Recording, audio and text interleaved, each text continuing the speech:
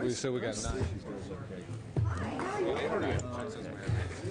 I see 9 because Torlixon 1, 2, 3, 4, 5, 6, 7, 8. Oh, we lost somebody. Left. We do have 8.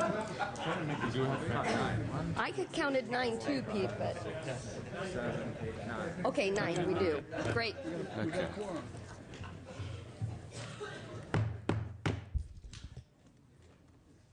The Committee on Appropriations is called to order. Noticing the absence, actually, I do believe we have a quorum right now. I do want to welcome everybody before us today, the Appropriations Committee. We have a total of 203 bills. 111 are candidates for suspense. We have approximately 55, which are recommended do pass as amended. And we also have 37 bills that are candidates for the consent file. Because I believe we have a quorum, Madam Secretary, if you can please call the roll. De Leon? Present. Nielsen? Here. Almiano? Calderon? Davis? Duval? Here. Fuentes? Hall? Here. Harkey? Here. Miller? John Perez? Here. Price? Skinner? Solario? Present. Strickland? Torlixon? Here. A quorum. We do have a quorum. It is approximately 9:10 a.m. Again, I just want to underscore we have a total of 203 bills, 37 on the consent, 111 are candidates for suspense, and 55 are do pass as amended. So what I like to do is make sure that we are efficient with our time and we're out of here by 12 o'clock noon, out of respect for our colleagues and members who have things to do today. Let's start now with Ms. Lowenthal.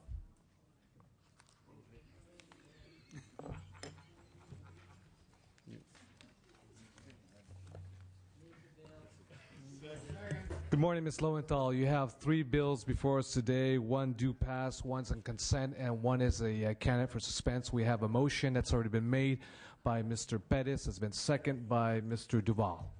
So let's move forward with AB 1340. Thank you, Mr. Chair.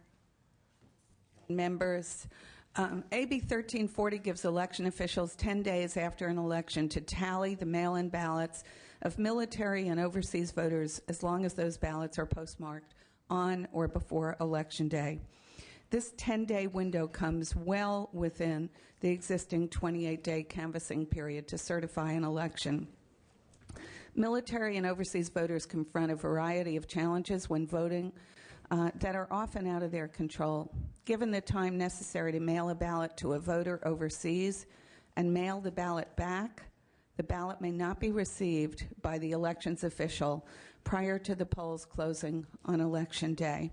You know how important it is that we offer those serving our country and serving in the military, serving in the Peace Corps, studying overseas, every opportunity to have their votes counted. In fact, in the November 2008 general election, 90% of special absentee ballots that were rejected because they missed the Election Day deadline had arrived within a week of the election.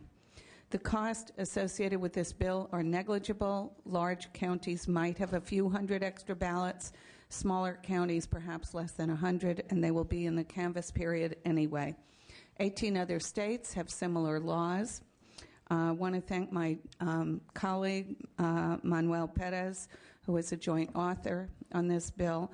The bill is sponsored by the Secretary of State, and Rhonda Pascal is here from the Secretary's office and is available for comments. I ask for your aye vote. Thank you very much, Ms. Lowenthal. We have a representative from the Secretary of State. I would please ask you for brevity. Thank you, Mr. Chair and members. Rhonda Pascal on behalf of Secretary of State Deborah Bowen, the sponsor of this measure. Happy to answer any questions that the committee may have and respectfully urge the committee's support. Thank you very much. Seeing no other support right now, anyone in opposition? Also seeing none. DOF, do you have a file? Mr. Chairman and members, Rob Schlottow with the Department of Finance. I'm sorry, I do not have a file on this bill. Okay, no problem at all. We have a motion that's been made by Mr. Pettis, has been seconded by Mr. Duval. Ms. Lowenthal, this measure passes on an A roll call. Thank you very much. Thank you. You can have a good day. Mr. Anthony Adams, come on down.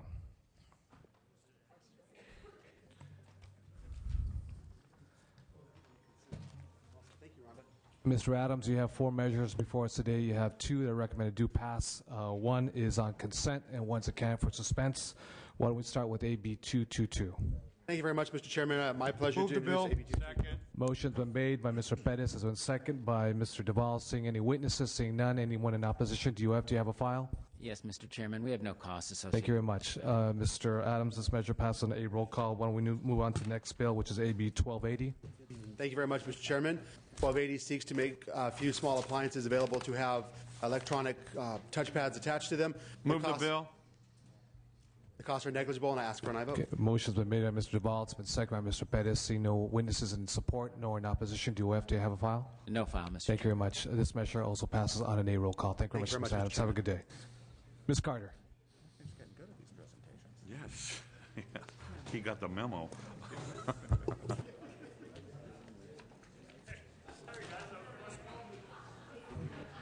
Ms. Carter, good morning.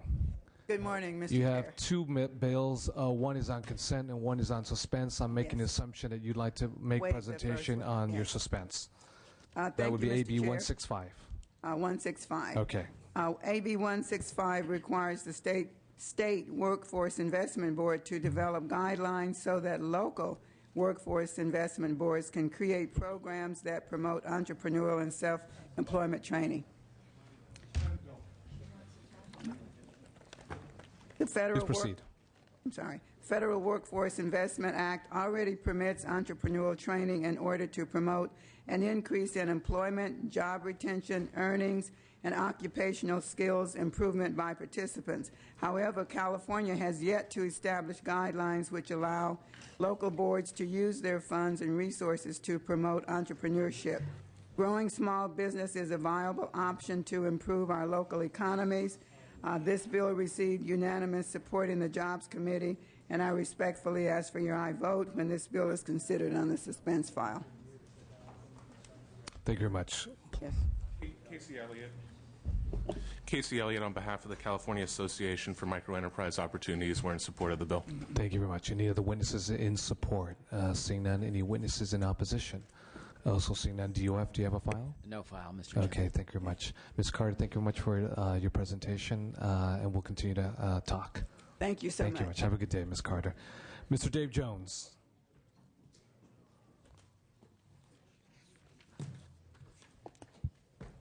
Good morning, Mr. Jones. Good morning, Mr. You Chairman, members of are- the committee. You are a busy man. I'm in a indeed. waiver mood. You have 12 bills before us today. 4 are due pass recommended. 1 is due pass Seek with only amendments. to present those with a due pass recommendation. I'm going to waive all others that are suspense That candidates. is 7 measures, and you are waiving today, and you have 5 due pass plus 1 is a due pass with amendments. So would you like to start with AB 921? Yes, sir. Okay. This bill addresses a lingering problem of lack of coordination between foster children who are caught between the foster care system and the juvenile delinquency system. We have a motion that's been made by Mr. Ask for aye Bettis, vote. been seconded by Mr. Torlakson. Any witness in support? Seeing none, any witnesses in opposition? Also seeing none, DOF, do you have a file? No file, Mr. Chairman. Okay, Mr. Jones, this measure passes on an A roll call. Let's go with AB 1132. Mr. Chairman, members, this bill encourages more Californians to donate organs in order to help those in need of transplants. California continues to lag behind other states. It merely requires DMV to place on their website the opportunity to Mr. do Jones, organ we have donation. a motion made by Mr. Amiano. It's been seconded by Mr. Torlakson. Do you have any witnesses in support? Seeing none, any witnesses in opposition? Also seeing none, do you have a file? No file, Mr. Chairman. Madam Secretary, let's call Republican roll call. Nielsen? Aye. Nielsen, aye. Duval? Not voting. Harkey? Harkey, no, due to state costs. Miller? Strickland?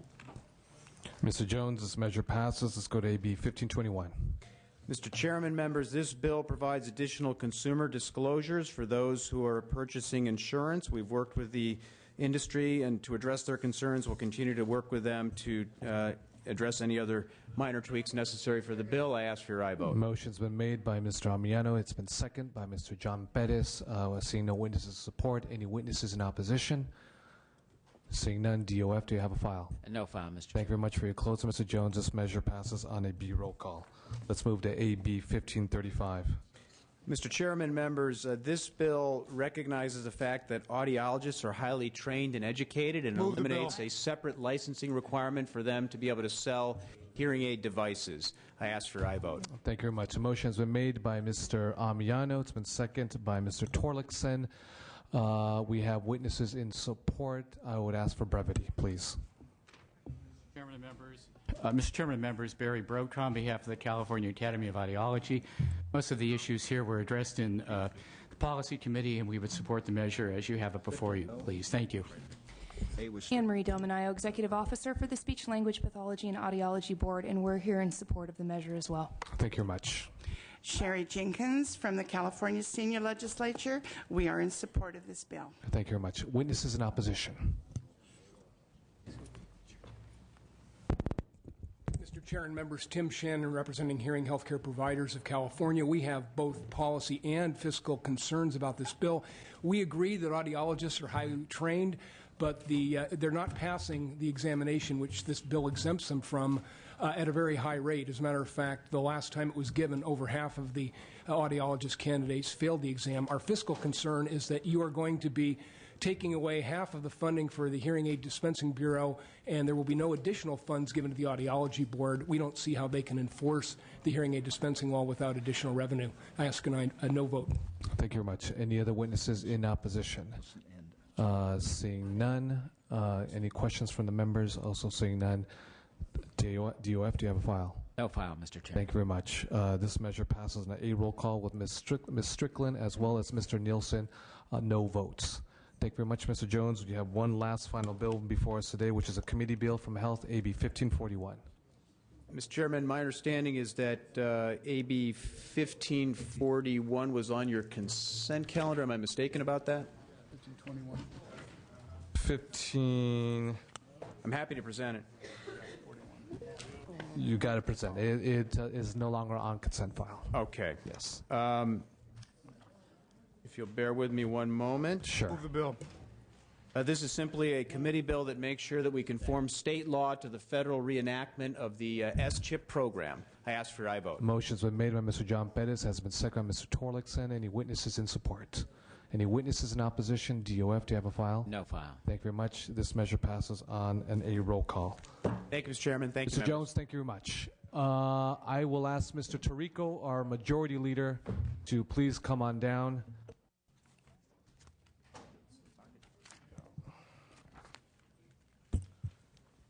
Good morning, Mr. Tarico. Mr. Chairman, members, I'm happy to waive presentation on AB 665, AB 1081, and AB 1434. Therefore, you have two measures before us today, which are due pass recommended. Let's start with AB 1411. Thank you, Mr. Chairman. AB 1411 basically puts a ban on fundraising when we are in the midst of budget negotiations and an overdue budget. Do you have a witness in support of the bill? Go ahead. Motion's been made by Mr. Duval. It's been seconded by Mr. Fuentes. I'm done with my presentation. I have one witness who will be brief. Okay, witnesses in support. My name is Moira Brennan. I'm with the California Clean Money Campaign, and the California Clean Money Campaign supports AB 1411, which for delayed bill passage we urge your aye vote so that our elected officials may return to working on the urgently needed state budget. Thank you very much. Any questions from members? Mr. Tarico, I have a few concerns about this bill, especially in light of recent comments about the bill, especially in a year like this when we were dealing with a significant portion of the budget in February and not in the traditional budget timeline. When we were in the midst of trying to figure out a $42 billion hole, this bill would have been silent because it only speaks to the period of time of June 16th until the time that a budget bill is passed. So there's really not a nexus between the time you've outlined and when a crisis may occur, one.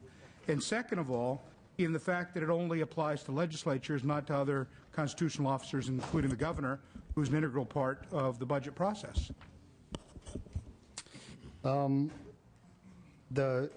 First of all, let me just clarify that the deadline begins on June 30th. There has been some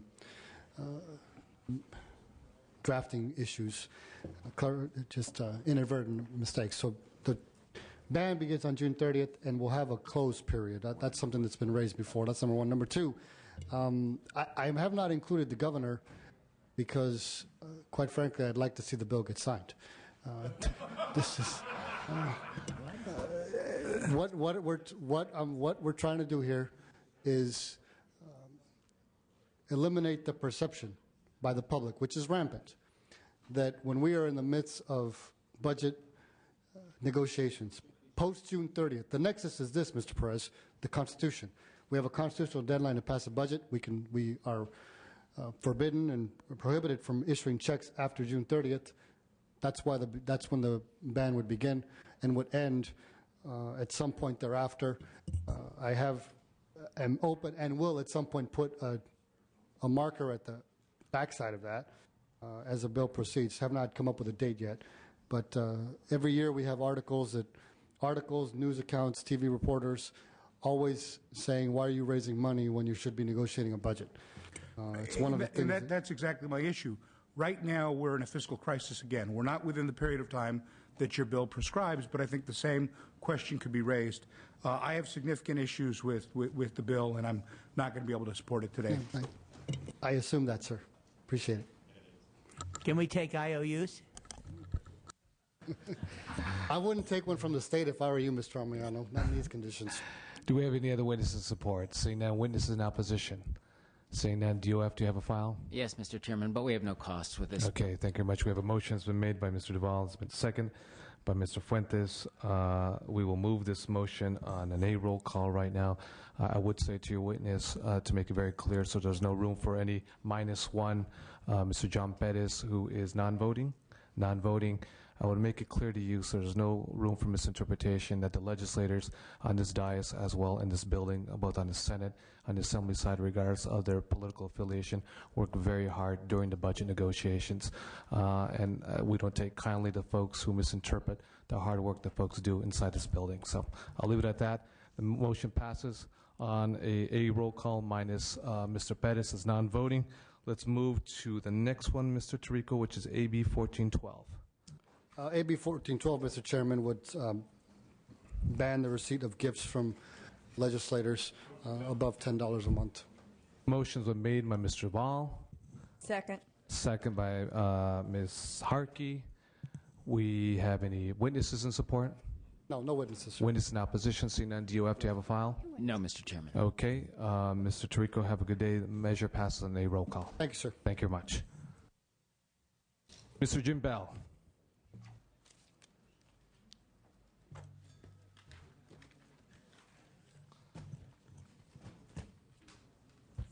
Good morning, Mr. Bell. You have 8 measures before us today. Actually, 1 is due pass recommendation and 7 that are on suspense. What is your pleasure? Mr. Chairman, I'd like to present the one recommended for due pass. This is AB 612. This is our parental alienation syndrome junk science bill. This bill is Motion's been made by Mr. Amiano. It's been seconded by Mr. Duval. Please proceed, Mr. Bell. Bill is designed to eliminate the use of non-scientific discredited syndromes frequently used by professionals involving in family court procedures. I request an aye vote.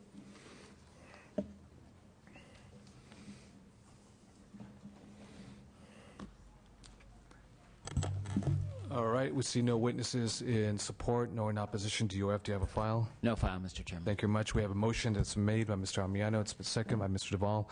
Mr. Bell, this measure passes on an A roll call. Thank you so very much.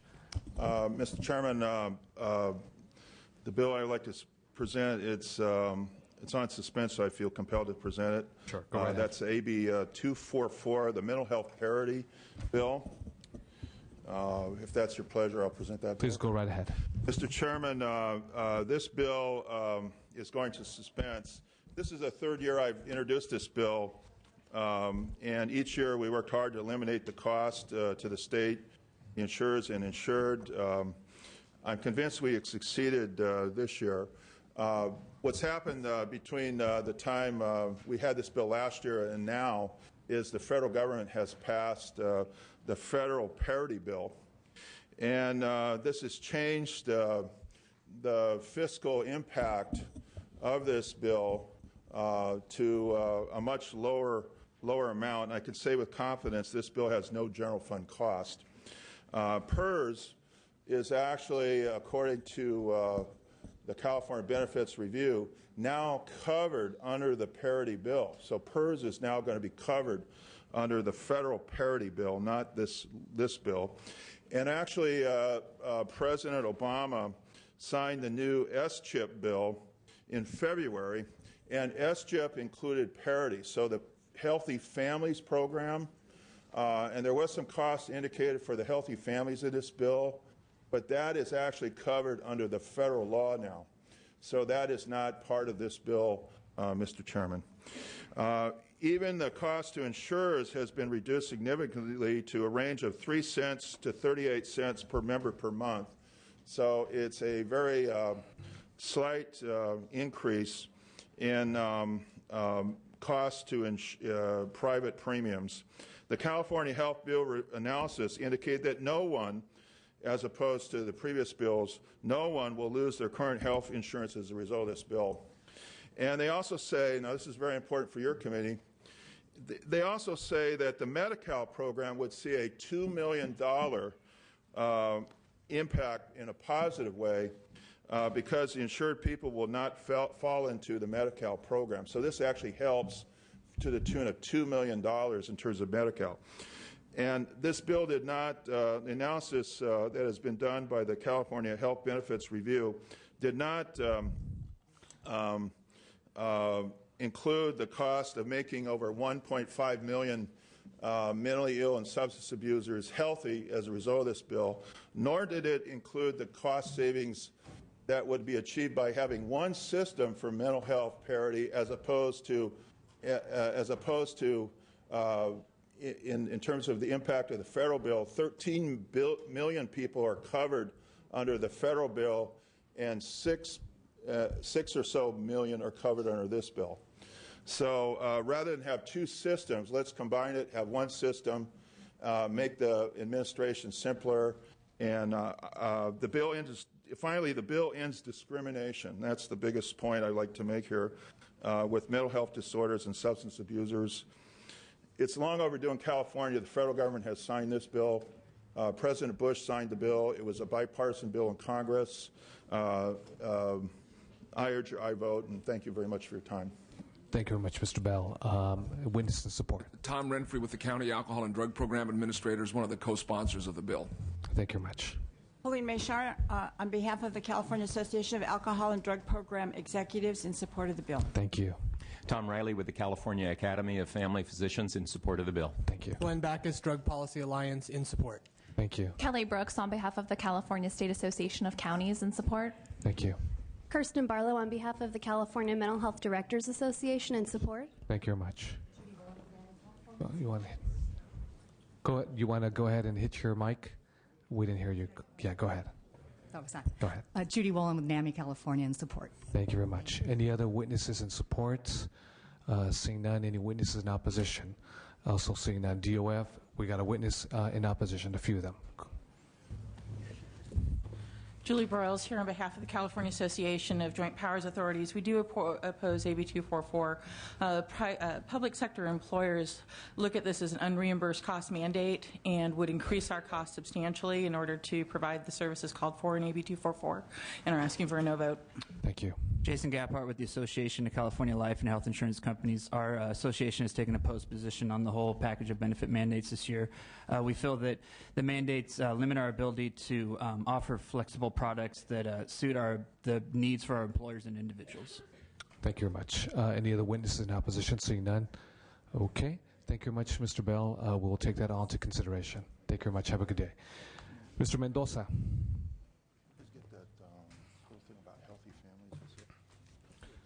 Good morning, Mr. Mendoza. You have two bills, one on consent and one that is recommended do pass, dealing with timber harvest plans. Please proceed. Yes, Mr. Chair. Thank you. Members, Mr. Chair, I'm here to present AB 1066. Motion's been made by Mr. Duvall. It's been seconded by Mr. Torlakson. Mr. Chair, being here a couple of years, I know that when they make a motion, you go ahead and be quiet, and I appreciate You got the your memo. support. So, yes, we did. Thank you. Why don't we go with your witnesses in support? You're out of order. Mr. Anthony P. Thomas for the California Forest Mr. Thomas, Association. why don't you proceed?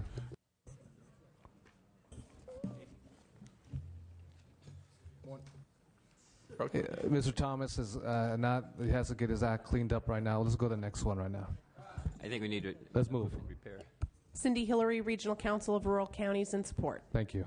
Mr. Chairman, members, Duncan McFetridge representing the Labor Management Committee for the Forest Products Industry in strong support. Thank you. Thank you very much. Noel Kramers with the California Farm Bureau Federation in strong support. You ready now, Mr. Thomas? Yes, sir, Mr. Chairman. Anthony Okay. Thomas, representing the California Forestry Association, would certainly enjoy your A vote. We believe that this is a cost-saving measure for the state as well as industry, and would urge your I vote. Thank you very much. Any other witnesses in support? Julie Broyles here on behalf of the Lumber Association of California and Nevada in support. Thank you very much. Any witnesses in opposition? Seeing none, we have a question from Mr. Solario. I just want to commend the author for bringing this forward. This is a good example of the type of bill we need to do more of in the legislature to help the business community during this extreme type of need with the national recession and the problems we have in our economy. The stronger our business community is, the stronger our general fund and our ability to meet the very important services that Californians deserve. Thank you. Thank you. Thank you. Mr. Nielsen. Yes, I'd like to thank the author also for helping with this bill, and I'd request to be maybe a principal co-author in that I represent most of the counties where the timber operations occur and carried the first legislation extending the THPs to 2 years. So if you would be so kind to consider that. Great. I would love to have you as author. Thank you. Thank you very much, Mr. Nielsen. We have another, Ms. Harkey. Ditto here. I didn't carry the first bill, but I'd strongly support this, and if you would accept co-authorship, I'd appreciate it. Thank you, Ms. Harkey. Thank you very much, Ms. Harkey. We have motions been made by Mr. Duvall, second by Mr. Torlakson. I want to give you kudos, Mr. Mendoza. I know you worked very hard with Ms. Skinner's leadership in Natural Resources Committee. I was there during the process, and I witnessed how you and Ms. Skinner worked very closely together to get this product before the Appropriations Committee. Since we have a motion as well as a second, this measure passes on an A roll call. Thank you, very Mr. much, Chair. Mr. Members. Mendoza. Thank you. Mr. Chair, I wanted to stay off. Okay, and we have Mr. Amiano for the record as non-voting. Mr. Bill Monning for Madam Speaker Bass.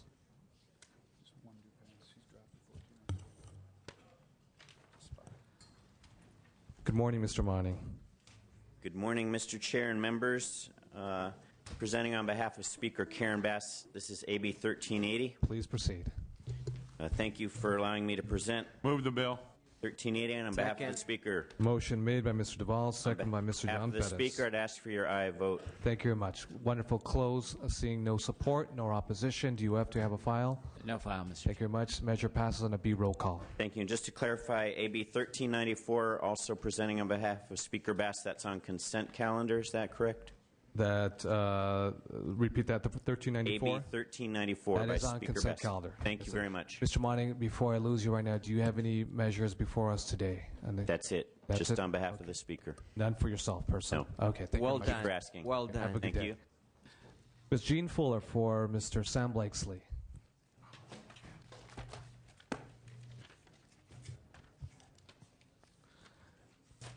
Good morning, Ms. Fuller. Good morning. Ms. Fuller,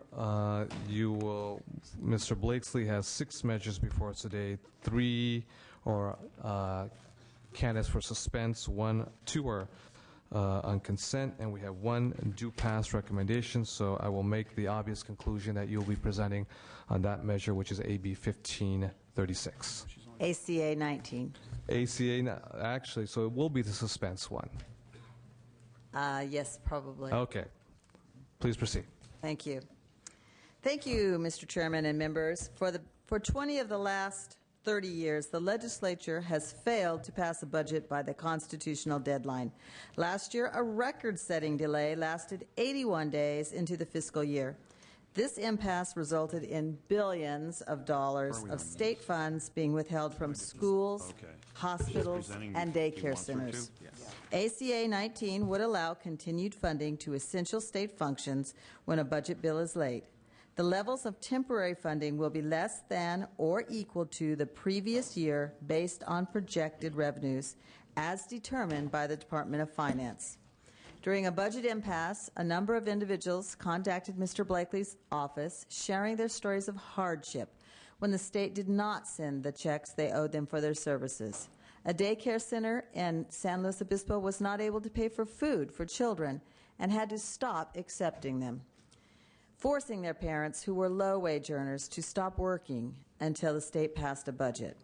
Owners of a private skilled nursing facility in Santa Maria routinely save up cash during the year to prepare for the summer when they know the state will not pay them for food and medical supplies for their patients. As the legislature struggles to craft a balanced solution during an incredibly complex and difficult budget situation, it is the people of California who pay the price. ACA 19 will protect the people of California during an impasse so that the budget process does not punish them. I respectfully ask for your aye vote. Thank you very much, Ms. Fuller. Do we have any witnesses in support? Seeing none. Any witnesses in opposition? Also seeing none. Do we have any questions from the members? Seeing none. DOF, do you have I'm sure you have a file on this one. Yes, Mr. Chairman. Without a budget in place, the state would not be able to sell revenue anticipation notes, which would be required to do the things that this bill would require. Our only alternative in that situation would be to sell revenue anticipation warrants, which are effectively IOUs, and they cost the state a lot more money in terms of the interest rate. So we expect this bill would lead to costs in the millions of dollars. During very difficult economic times, we must be fiscally prudent, without a doubt. So I thank you very much, Ms. Fuller, for your testimony on behalf of Mr. Blakesley, and we'll take into consideration. Thank you. Thank you, Ms. Fuller. Have a very good day. Mr. Martin Block.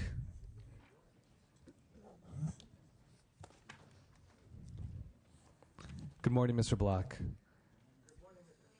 You want to hit your button right there in the microphone if it's on? It is on. There we go. You have 5 measures before us today. 3 are due pass recommended, and 2 are candidates for suspense. Would you like to start with AB 347 dealing with the Board of Equalization? Yes. AB 347 is a bill that actually generates revenue for the State General Fund.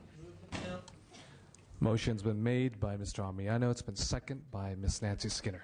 Very briefly, 347 authorizes imposition of a penalty for taxpayers who intentionally or unjustifiably fail to produce records, books, papers, etc., germane to sales and use tax audit by the Board of Equalization. By having them produce these papers, we would foresee the state generating more income, and we do have folks here to testify. Please proceed. John Abbott for the Board of Equalization, here to answer questions. Kelly Brooks on behalf of the California State Association of Counties. We're in support. Any other witnesses in support? Seeing none. Witnesses in opposition? Also seeing none. Any questions from the members? Seeing none. DOF, do you have a file? No file, Mr. Chairman. Okay, very much. We have a motion that's been made by Mr. Amiano. It's been seconded by Ms. Nancy Skinner. Mr. Block, this measure passes on a B roll call. Let's move to AB 995, please. Okay, AB 995 is an administration-sponsored bill that will allow the California Department of Public Health to adopt the American Association of Tissue Bank standards. Move the bill. For the licensing of tissue banks. Motion's been made by Mr. John Pettis, has been seconded by Mr. Mike Duvall. Please proceed. This is an important safety issue, and we have folks from the Department of Public Health and the Tissue Bank Association here to testify to this. Go ahead with your witnesses. Monica Wagner with the Department of Public Health. We're the sponsor and in support. Thank you. Lydia Bourne representing the American Association of Tissue Banks. We're in strong support. Thank you very much. Any other witnesses in support? Seeing none. Any witnesses in opposition? Also seeing none. DOF, do you have a file? No file, Mr. Chairman. Thank you very much. We have a motion that's been made by Mr. John Pettis, been seconded by Mr. Duvall. This measure passes on an A roll call. Mr. Block. With Harkey not voting, one last measure you have before us today is AB 1005. Thank you, Mr. Chairman. AB 1005 would do two very important things. It would require the California Board of Accountancy to provide live audio or video broadcast of its board meetings and post minutes on their website. Number two, it would require the board to post on its website all formal accusations with a link to request for further information. We have entrusted to the California Board of Accountancy the responsibility for licensing and regulating CPAs. With this trust comes responsibility to be transparent in their decision-making. CPAs play a very important role, and their importance is increasing every day. Our economic growth in California depends upon the confidence of the public in the expertise and the ethics of our CPAs. This transparency, this bill would provide transparency that would boost the public trust and thus benefit the state's economy. There are minimal costs involved, and I ask for an aye vote. Thank you very much, Mr. Block. Witnesses in support? Jim Lights with the Center for Public Interest Law and Support. Thank you. Seeing no other witnesses in support, seeing no opposition, Mr. Duvall. My seatmate, I'm going to have to ask you a question on this. Sure. I'm not going to support this, but my concern with your bill is alleged violations. I have a real problem with taking away somebody's ability to do something because of an alleged violation. So I'm not going to be supporting the bill because of that phrase in the bill. I understand that, Mr. Duvall. So you understand the philosophy behind this. It's just like when there is a criminal allegation or any kind of allegation, it's the public's right to know what the allegations are. Then if other people have same or similar complaints, they can come forward. If they don't, then they wouldn't. But it gives the public notice that there is an allegation. I know, but I feel bad for the poor guy that's in an allegation that had nothing to do with it. He might have just been in the picture, you know what I mean? Anyhow, I wanted to give you a reason why I'm going to oppose your bill. Thank you. Appreciate that. Okay, we have a motion. We have no motion. We get a motion by Mr. John Perez, been second by Mr. Amiano. Let's call a Republican roll call. Nielsen? No. Nielsen, no. Duval? No. Duval, no. Harkey? No. Harkey, no. Miller? Strickland? Okay, Mr. Block, this measure passes. Have a good day. Thank you. Thank you very much. Thank you. Ms. Julia Brownlee, come on down.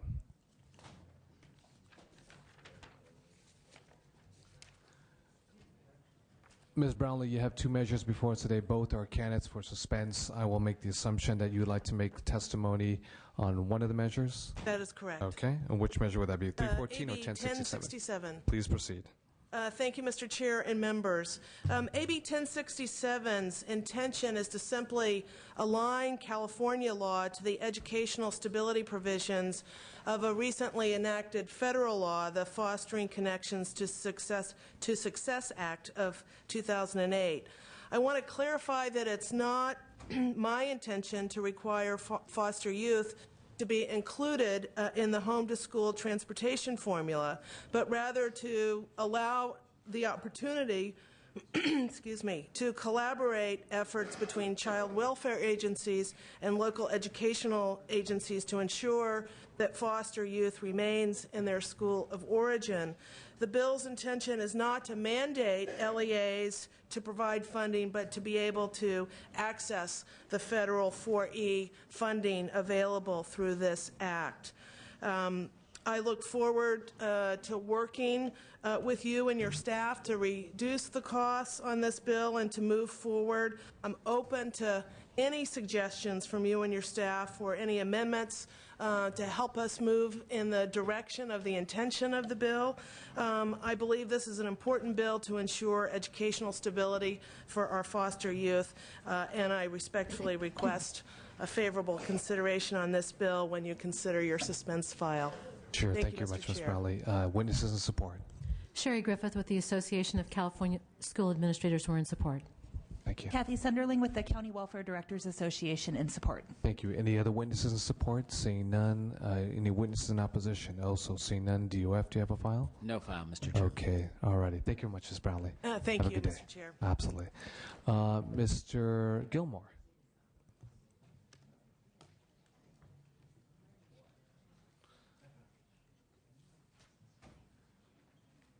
Mr. Gilmore, you have one measure before us today, a due pass recommendation. I hope I don't butcher the name of the school district.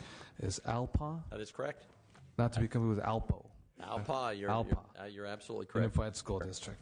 Okay, please proceed. Thank you, Mr. Chair and members. This bill is very important. Move the bill. Motion has been made by Mr. Duvall and second by Ms. Harkey. Very quickly, this bill passed out of the Education Committee with bipartisan support and, as noted in your analysis, does not create any additional cost to the general fund. I have with me today Mr. Rob Hudson, Superintendent of the Schools of Alpha. Support. Thank you very much. Mr. Superintendent? We're asking that you please consider this bill in light of the recent developments yesterday. I think this would be a prudent move for our district at this time. Thank you very much. Any other witnesses in support? Sherry Griffith with the Association of California School Administrators in support. Okay. Any other witnesses in support? Seeing none. Any witnesses in opposition? Seeing none. DOF, do you have a file? No file. Okay. Mr. Gilmore, this measure passes. We have a motion made by Mr. Duvall. It has been seconded. Ms. Harkey, measure passes on a roll call. Thank you, Mr. Chair. Thank you very much. Have a good day. Very much. Mr. Ted Lieu.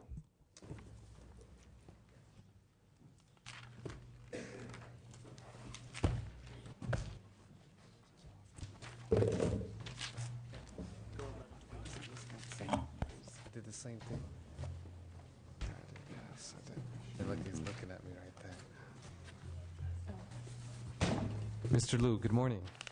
Good morning, Mr. Chair and members. Mr. Lieu, you have before us today 5 measures. 3 are due pass recommended. 1 is on consent, and 1 is a candidate for suspense. Would you like to start with AB 1122? Yes, and we'll waive the suspense. Okay, thank you.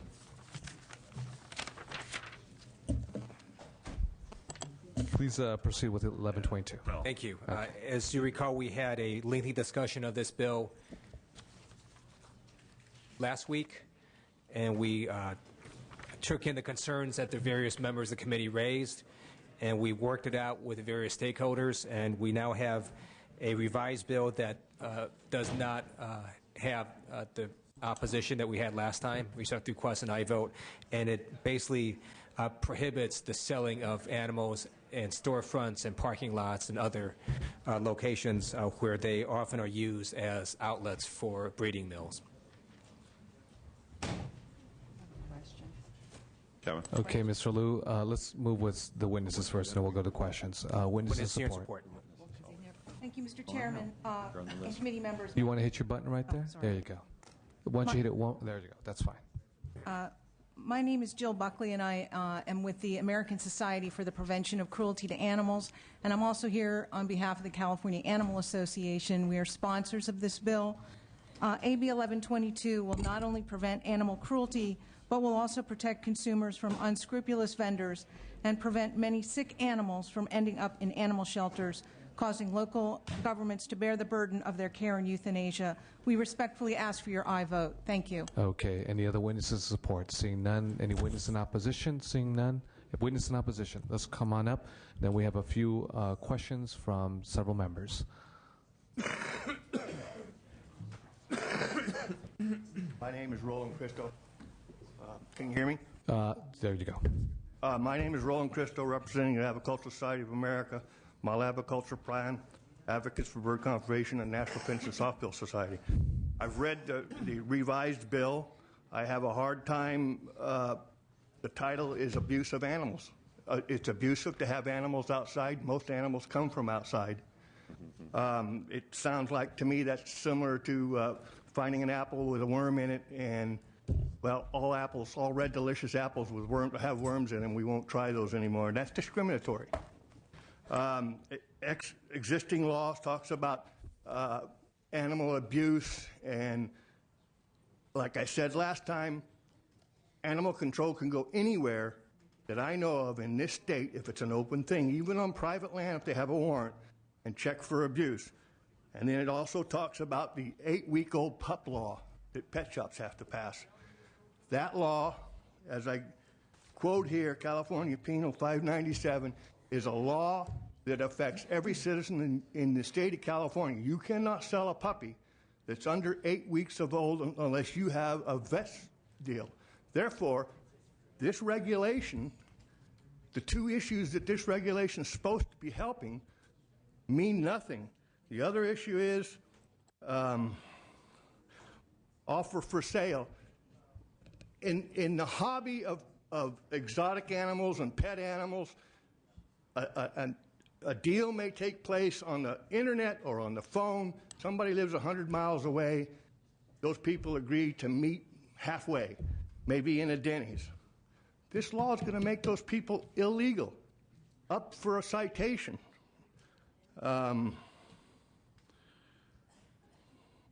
Southern California has nice weather. Let's wind it down. You got about 20 seconds. Okay. Basically, Southern California has some outdoor affairs in summertime. This is going to make those affairs illegal. To me, this bill is not warranted. We have legislation that covers everything this bill is supposed to cover. Thank you, sir. Okay, thank you very much. Thank you very much for your testimony. Ms. Harkey, you had a question. Yeah, I question of the author. I'm wondering, we have the Breeding Association that's still opposed, and the California swap meets. Now, you said your bill did no longer apply to swap meets, but That's just correct. roadside kind of. Okay, thank you. And the swap meets are now no longer opposed. Okay, and what about the Breeding Association? Have they dropped off their opposition? Or do you know what their opposition is at this point? I do not know. Pardon? I do not have a formal confirmation from the Breeding Association. Okay, thank you. Mr. Duval? Did you have a question? No? No question? Okay. Do we have any more witnesses in opposition? Seeing none, DOF, do you have a file? Yes, Mr. Chairman, but we have no costs associated with Okay. this. Would you like to close, Mr. Liu? Respect the request, and I vote. Okay. Do we have a motion? We have a motion made by Mr. Isidore Hall. We have a second by Mr. John Pettis. This measure passes on a B roll call. So, and Harkey, Ms. Harkey, not voting. Let's go to AB 1500, HOV lanes. Thank you, Mr. Chair, members. This bill extends until 2016 a sunset date for the use of HOV lanes by single-occupant alternative fuel vehicles that meet required state and federal emission standards. The bill has no cost to the state, and respect requests, and I vote. Okay, witnesses in support. Pete Price with the California Natural Gas Vehicle Coalition. This bill narrows the current law to limit to true alternative fuel vehicles with very low emissions. We ask for your support. Thank you very much, Mr. Price. We have a question from Ms. Skinner. Good morning, Assemblymember Liu. It's not really a question. I just want to indicate why I'll not be supporting the bill. I appreciate what the intent of the law originally was, to provide incentive for people to purchase low-emission vehicles and to utilize them. I feel that now we've gotten to the point where there's a much larger percent of the population who are purchasing such vehicles. More and more of our vehicles are beginning to be made to such standards, and that we are also getting to a situation where our roadways are clearly with the more congestion, that I personally want to see the HOV lanes return to their purpose, which was to provide for high occupancy and as an incentive for high occupancy. So I think at this point in time, that's the direction that we need to move, and so that I won't be supporting the extension. Thank you for those comments. Just make sure the committee understands. Right now, there's actually two stickers, a white and a yellow. This bill actually does not, for the reasons that Senator Skinner mentioned, we don't actually extend the yellow sticker. We let that sunset. So it only applies to vehicles with white stickers, which essentially are your natural gas vehicles, and those, it doesn't apply to hybrids anymore. So the bill actually does try to take some of the concerns you raised. So just want the committee to understand that. All righty, thank you very much. Any witnesses in opposition?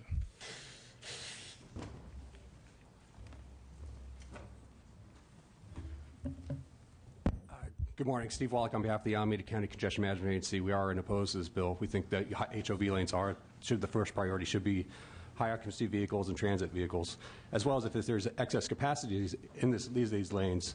We feel that there's other more efficient ways of selling that capacity other than just giving it away to those who can afford a specific type of vehicle, and therefore we oppose the bill.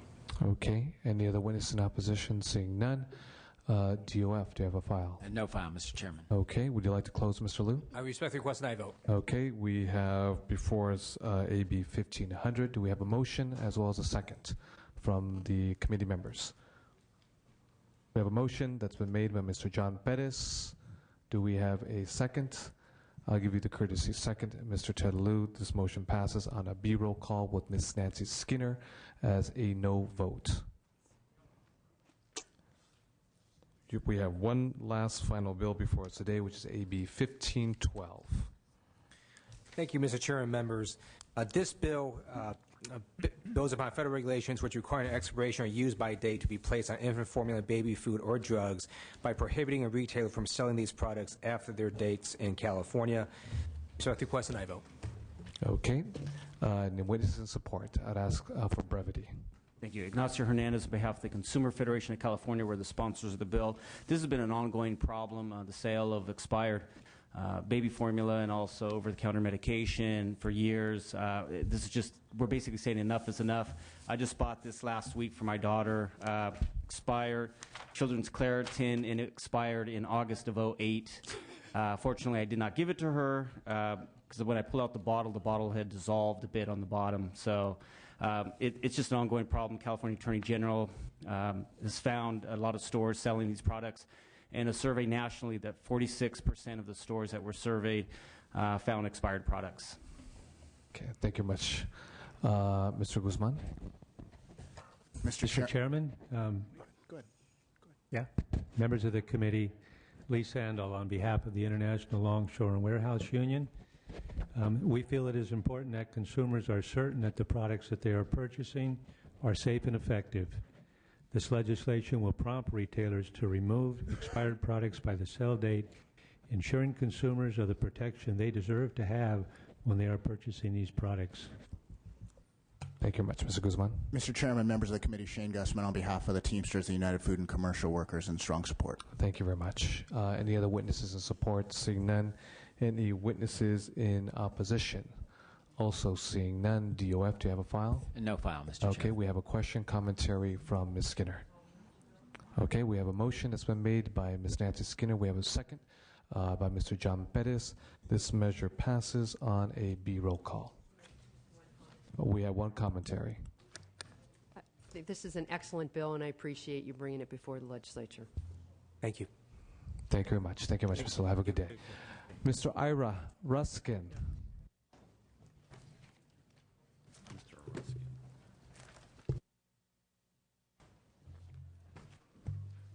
Mr. Ruskin, good morning. Good morning, Mr. Chair. You have 9 bills before us today. 3 are recommended do pass. 1 is on consent. And we have 5 measures that are candidates for the suspense file. Would you like to start with AB 226, which is a do pass recommendation with regards to the California Coastal Commission? All right, See a little perplexity. I thought I didn't realize that was a do pass recommendation, so I will speak to it briefly. It's an early Christmas gift, or maybe it may not be viewed as a Christmas gift. Maybe it was procedure was going to be on consent. We have here do pass on AB 226. Move approval. Okay. Thank you. Just before you start, we do have a motion made by Mr. John Bettis and second by Ms. Nancy Skinner. Please proceed. It's a bill that gives the Coastal Commission authority to initiate penalties, which it sorely needs in order as an enforcement tool to alleviate its backlog. This is an enforcement tool that many other agencies have, and the Coastal Commission ought to have. I ask for an aye vote. Thank you very much. Any witnesses in support? Seeing none. Any witnesses in opposition? Seeing none. Do you have a file? Yes, Mr. Chairman. We anticipate no costs and revenues of about $150,000 a year to the Coastal Services Fund. Okay, thank you very much. Ms. Harkey, you have a question. I think we just passed something here last week that gave the Coastal Commission kind of the staff unfettered access to stop projects, and now we're allowing them more power to extend fees for violations. I'm very concerned with the way this is going. One of the, I understand that there are staff cuts, and I live in a coastal zone, but some of this is they're not elected. Okay, and they're representative, and they're an appointed commission rather than an elected position. And I really don't like to establish that much authority with an appointed board.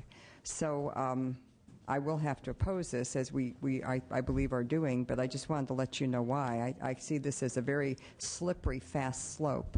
Thank you. Very apropos words with regards to the Coastal Commission, a slippery slope going down. Yeah, okay. Seeing no other witnesses in opposition, DOF, do you have a file? Yes, Mr. Chairman. I think I reported that we expect $150,000 in revenue from this. Okay. Thank you very much, DOF. We have a motion. We do not have a motion. Can we have a motion to entertain AB 226? We do have a motion by Mr. John Pettis, and we have a second. Mr. Ruskin, this measure passes on a B roll call. Let's proceed to AB 1242. Thank you, Mr. Chair. In April of last year, I held a Budget Sub-3 committee hearing on groundwater contamination. We found that a surprisingly large number of communities... Motion's been made by Mr. Tom Amiano. It's been second with a head fake from Mr. John Pettis. In deference to your large agenda today, let me sum up by saying that this is an important bill. Found out how many communities, disadvantaged communities especially, do have to have contaminated drinking water. This measure simply ensures that future regulations, grant programs, and agency practices are designed to move California to a day when everyone can have safe, affordable drinking water so they may drink their water without endangering their health. A very basic right that we assume everyone has, but everyone does not. And I ask for an aye vote. Thank you very much, Mr. Ruskin, for your strong leadership on this measure. Witnesses in support. I'm Reverend Lindy Ramsden. Excuse me. I'm Reverend Lindy Ramsden, Executive Director of the Unitarian Universalist Legislative Ministry Action Network. We are one of the co-sponsors of the bill. Also here on behalf of the Water Summit, which is a coalition of about 40 organizations: environmental justice, environmental water democracy, faith, fisheries, variety of groups that have gotten together to look at some of the core issues around California water and the management of the resources we have. This is the first bill that broad, diverse coalition has come together to bring forward, and we encourage your strong support. Thank you, Reverend. Next witness. Joshua Stark on behalf of Food and Water Watch, here to urge your support for an aye vote. Thank you very much. Any other witnesses in support?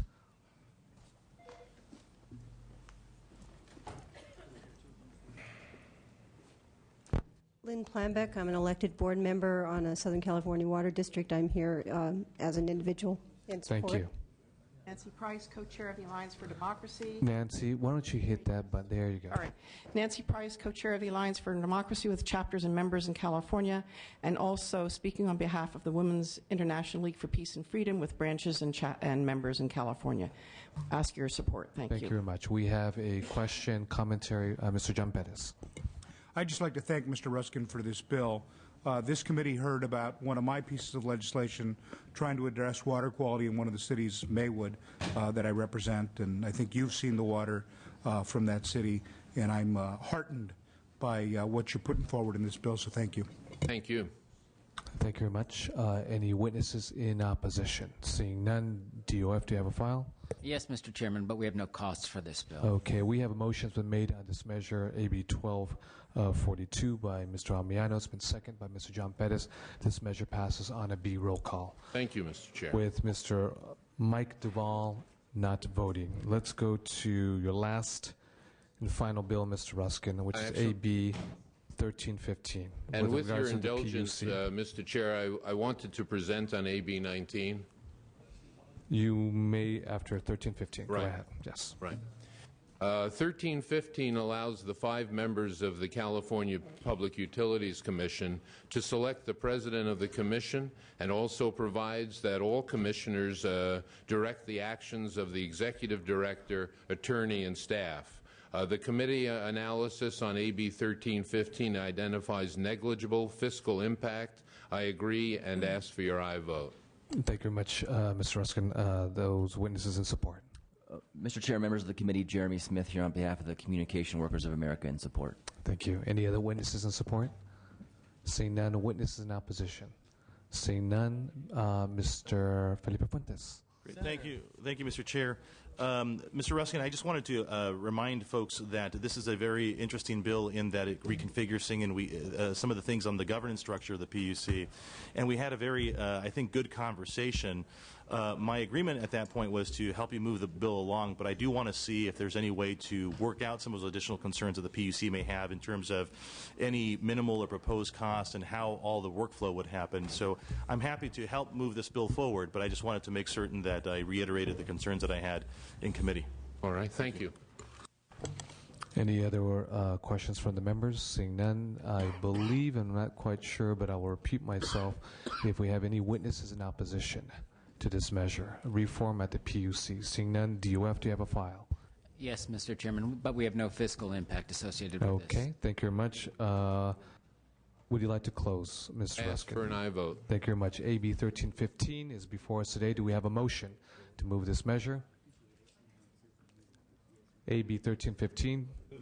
We have a motion that's been made by Mr. Felipe Fuentes, second by Ms. Nancy Skinner. I just want to underscore the chairman of the UNC committee, being that it did leave that UNC committee with a party line. Nonetheless, I do believe Mr. Felipe Fuentes' comments are very prudent, given the fact that he's moving this measure forward, even though it's left his committee as chair of the UNC. So this measure passes based on the motion as well as the second on the B roll call. So let's go to AB 19, Mr. Ruskin, and I would ask for your brevity on this measure, please. Yeah, thank you for your indulgence on this bill. This is AB 19, the Carbon Labeling Act of 2009. This bill will both protect consumers and help consumers make informed choices about the products they purchase as they relate to the environment by requiring the Air Resources Board to establish a voluntary standardized carbon label for consumer products. Carbon footprint labeling is already well on its way to the marketplace, but currently there is no carbon labeling standard that consumers in California can trust. Secondly, CARB is already collecting this information. AB 19 gives CARB the flexibility to move from data collection to a voluntary carbon label when CARB deems it efficacious to do so. This bill provides CARB with a great deal of flexibility. It does not tell CARB when to develop the label, nor how to develop it, nor for which products a label should be developed. While I know this would not be without cost to CARB to set up initially, I've included the authority to charge a fee from those who voluntarily participate. My intent is to help ensure that the fiscal impact to CARB is as small as possible on this voluntary program. Thank you for the opportunity to present. I ask for an aye vote. Thank you very much, Mr. Ruskin. You have witnesses in support. Yes, Mr. Chair and members, Reed Addis on behalf of Carbon Label California, here to just give our support and mention that we have tried to work very hard to develop the bill so it would be part of CARB's existing duties. We think it would be a very low fiscal impact. Thank you. Okay, thank you very much. Any other witnesses in support? Seeing none, any witnesses in opposition?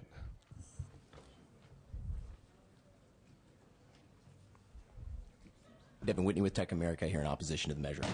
Could you repeat that one more time? I don't think we're... Devin Whitney with Tech America here in opposition to the measure. Okay, thank you very much. Seeing no other witnesses in opposition, DOF, do you have a file? Yes, Mr. Chairman. We did not have a report from the ARB when we prepared our analysis, but we estimate a cost of about $340,000 to prepare the guidelines. Okay, thank you very much. Thank you very much, Mr. Ruskin. In summary, let me just say that this is entirely voluntary, so ARB is not mandated to spend any money on this at all until and unless it wishes to.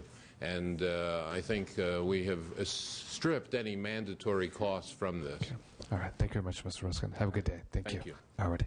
Mr. Paul Fong.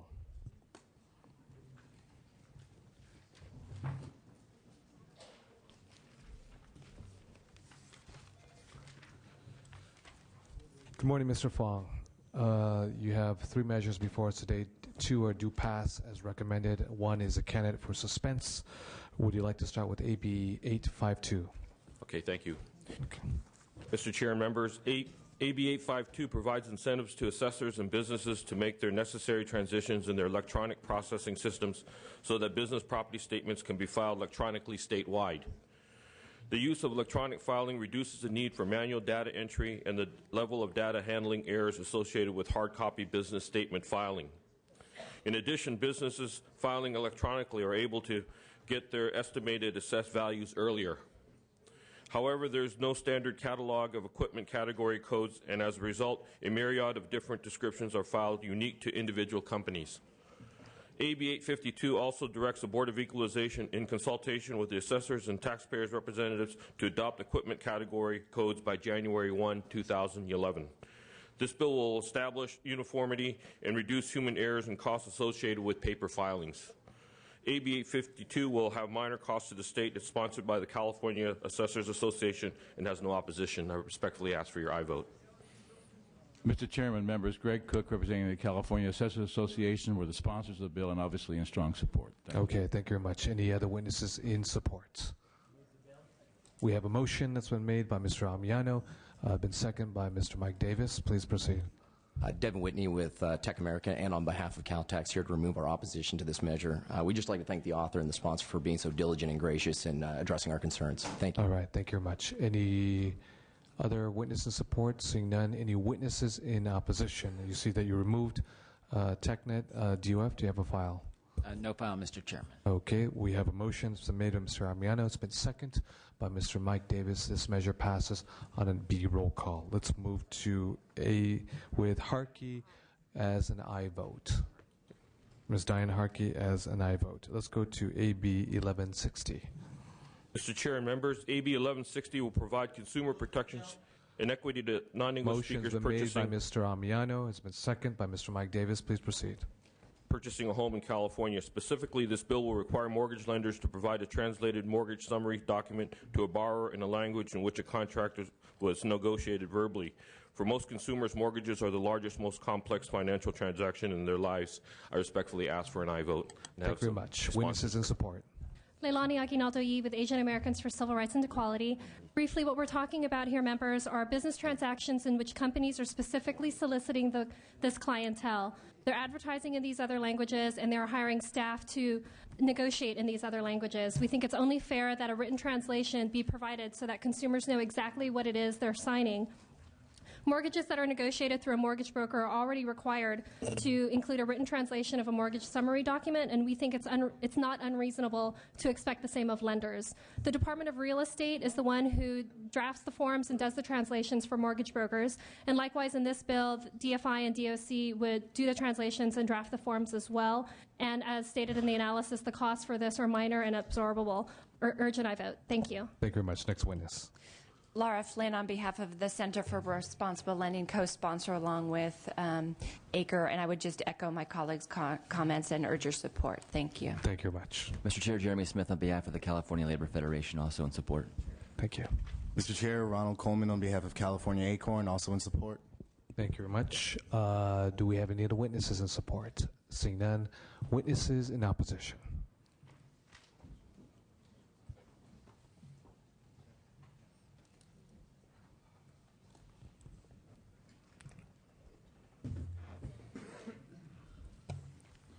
Good morning. Please Good morning, proceed. Mr. Chair and members. Alex Alanese with the California Bankers Association.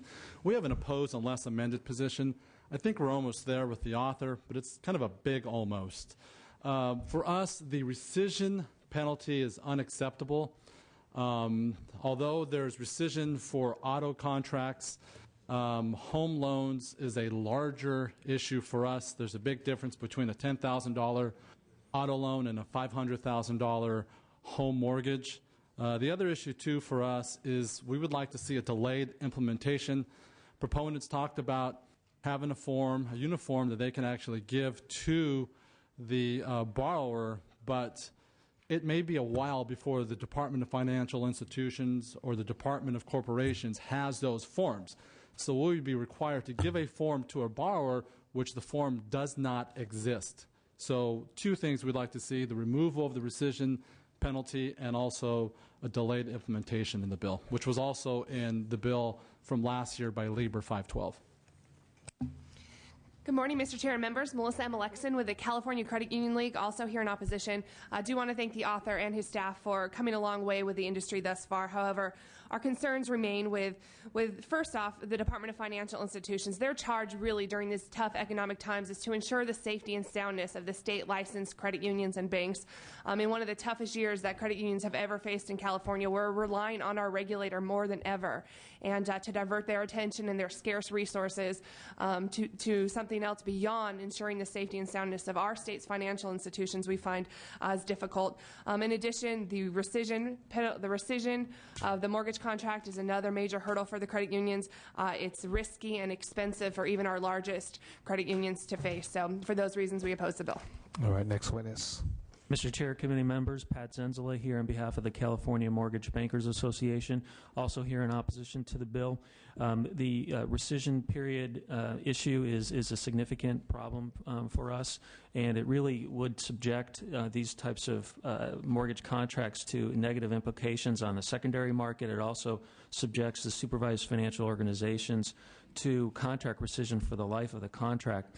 Also, as mentioned earlier, the operative date is a problem. It's a hard and fast operative date. It doesn't take into account what would happen if the forms are not developed and made available to the supervised financial organizations by the date in the bill.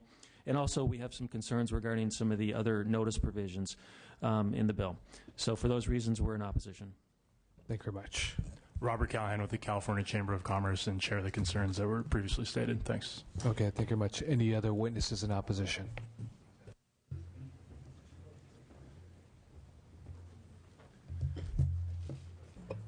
John Caldwell on behalf of the California Land Title Association. We're also opposed. Thank you very much, Mr. Caldwell. We have a question from Mr. Solorio.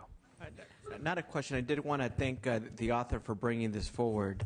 I did want to, however, state that today I am supporting the bill, but would ask you to continue working with the opposition and the sponsors and your office to see if we can't make some more progress on the 2 or 3 final points that have been raised. So, yes, we're making progress on those things. Very good. Look forward to you continue working on that. Thank you. Mr. Felipe Fuentes.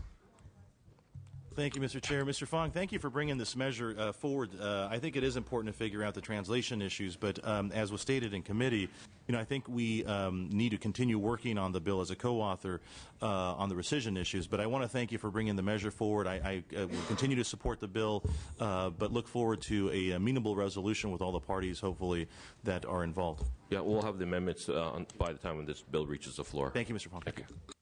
Mr. Mike Davis is not ready. How about Mr. Hall? Yes, thank you. Mr. Fong, I thank you also for bringing this forward. However, I do have some strong concern as it relates to the rescinding of the contract, and I don't have any problems with the translation component. It's just the rescission of the contract that I have a problem with. And so I hope that you are able to bring some resolution to that issue. I will support today. However, I want to just voice some strong concern, and in the event that that is not worked out, I will probably be unable to support it should it make it to the floor.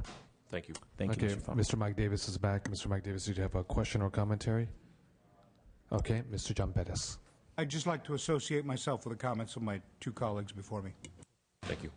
Okay, Mr. Fong, we have a motion that's been made by Mr. Almiano. It's been seconded by Mr. Davis. Obviously, you have a handful of committee members who do have their concerns, and I would highly encourage that you continue to work with those who are, quote-unquote, almost there.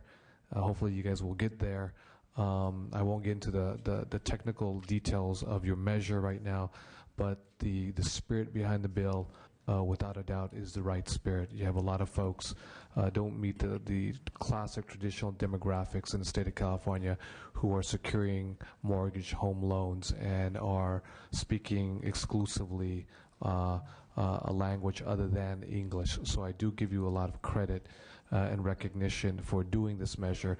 When you look at these measures in English, that's a different foreign language unto itself, that you almost need a PhD to understand the contract legalese that is put before us. So that in itself is, someone has to take English as a second language to understand those contracts in English itself. So I do highly commend you for the spirit of this measure. It is very important. It is needed. Again, hearing the members here today, I would highly recommend that you continue to work with those who are in opposition. So we do have a motion that's been made by Mr. Amiano. It's been seconded by Mr. Davis, and the measure passes on a B roll call. So let's move to, I think that's it. That is our final bill. So thank you much, Mr. Fong. Yeah. Mr. Jerry Hill.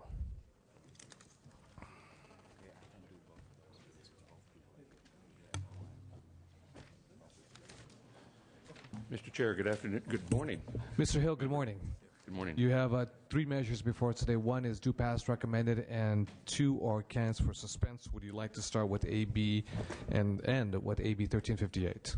1358, I'd be happy to. Okay. Mr. Chair and members, as the analysis points out, this bill has negligible cost, if any. Ocean litter, also known as marine debris, is a persistent and growing problem worldwide. The general composition of ocean litter is predominantly plastic, measuring 60 to 80% on average in ocean litter studies. One of the most common plastics found in our oceans is polystyrene from food takeout containers. According to the California... We have a motion made by Mr. Torlakson, has been seconded by Mr. Amiano. I respectfully ask for your aye vote. Okay, any witnesses in support? Any witnesses in opposition? DOF, do you have a file? Yes, we have no cost for this bill. Okay. We have a motion that's been made as well as a second. Mr. Torlakson as well as Mr. Amiano. This measure passed on a B roll call with Mr. We have witnesses. I apologize. I got a little ahead of myself. We have any witnesses in support? No. Any witnesses in opposition? Go right ahead. Yes, I'm Ron Crookham with Dark Container. I urge you not to oppose this bill. This would cost 720 employees in the state of California jobs, shut down 2 facilities, $30 million in payroll dollars, $19.9 million with vendors, and $2.6 million in local taxes. This is a product that is 100% recyclable, and I think that you need to really look into this. Thank you. Okay. More witnesses in opposition? Please go ahead. Marta Ramirez, and I've been working with the company for 22 years. I oppose this bill because it will put my job at risk, and I'm the only one working in my family. So that will be really hard for me. Thank you. Okay, next. My name is Rosie Diaz, and I've been working for the company for 21 years. And myself, I'm the only one working, and I would oppose for this bill.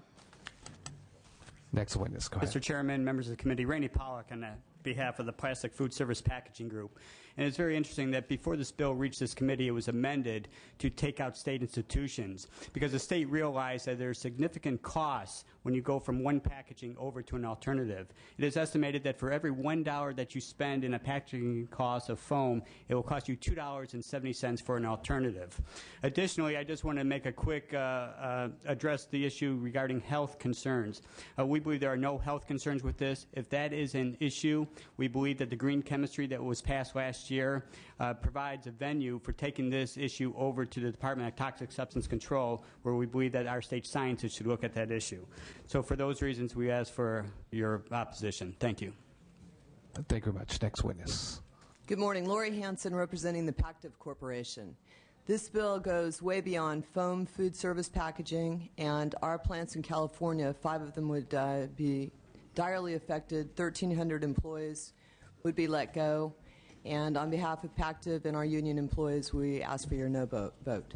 Okie dokie. Next witness in opposition. Mr. Chair and members, Crystal Jack on behalf of the California Grocers Association in opposition. Okay. Matt Sutton with the California Restaurant Association. Just like to point out that this bill basically mandates a cost increase on our members. We are end users of these products, and by limiting the choice, it increases the costs. Keep in mind, restaurant owners typically earn about 5 cents on every dollar as profit. So while proponents suggest that this is only pennies on the dollar, that's the profit margin we're talking about, and we don't want to lose any more jobs in the state with the unemployment rate where it is. Thank you. Okay, next witness in opposition. Bob Houston on behalf of SEFCA. We're also opposed to the bill for reasons previously stated. Okay, any other witnesses? Yep. In opposition. Mr. Chair, members, Jason Schmelzer with the California Chamber of Commerce. Oftentimes we talk about job loss, but you've actually met a couple of the people that may lose their jobs if this bill is passed. Our unemployment insurance system is bankrupt at this point. I would urge you not to add additional people to those roles unnecessarily. Okay, any other witnesses in opposition? Seeing no other witnesses, DOF, do you have a file? Yes, Mr. Chairman, we have no costs associated. Okay, we have a question or commentary from, I believe, Mr. Duval. Do you have a question or commentary? None? I say none. Okay, we have a question commentary from Mr. Solorio. Question slash comment. I do know that it is an issue that a lot of this ends up in the ocean, and it's harmful to the environment, and it's harmful to the fish, and I am very concerned about that. I do wonder, though, if a ban is maybe a little too extreme. I know we began a conversation a day or two ago.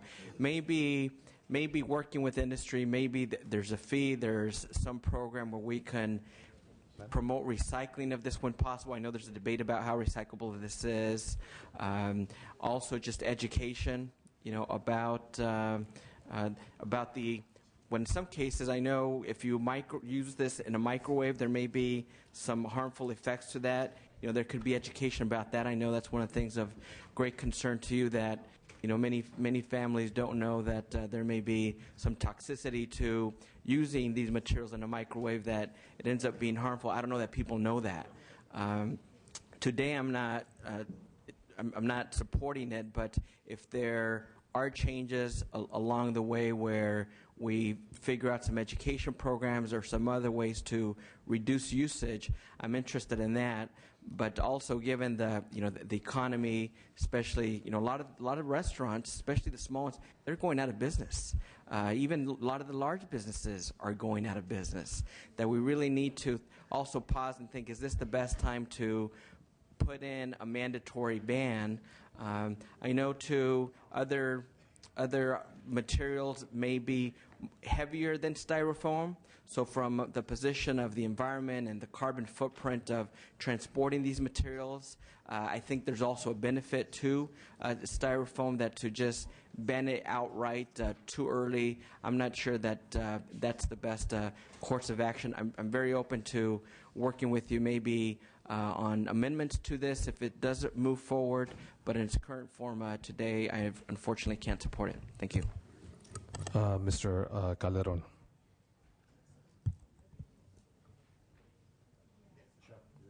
Mr.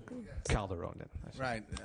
I guess I have more of a statement than a question, but I'm not going to support this bill. It affects a manufacturer in my district, but that's the smaller part of the larger problem. I represent East Los Angeles, which is a community that lives in probably the most polluted environment in the state. And yet, every time we move to clean up the environment, which is a good thing, they pay for it. And until we can get some environmental justice so that it recognizes that they shouldn't have to bear an unreasonable cost of environmental cleanup, I'm going to oppose the bills. There's another bill that related to plastic bags. That's another manufacturer in my district. But they also want to charge people in my community 25 cents a bag. Well, it'll change behavior. It might change behavior in Malibu or Santa Monica, but it's not going to change behavior in East Los Angeles because they're already so weary from avoiding poverty that they just have a fatalistic attitude in many instances and will think, well, I guess is this just another cost that we have to pay. So I understand what you are doing.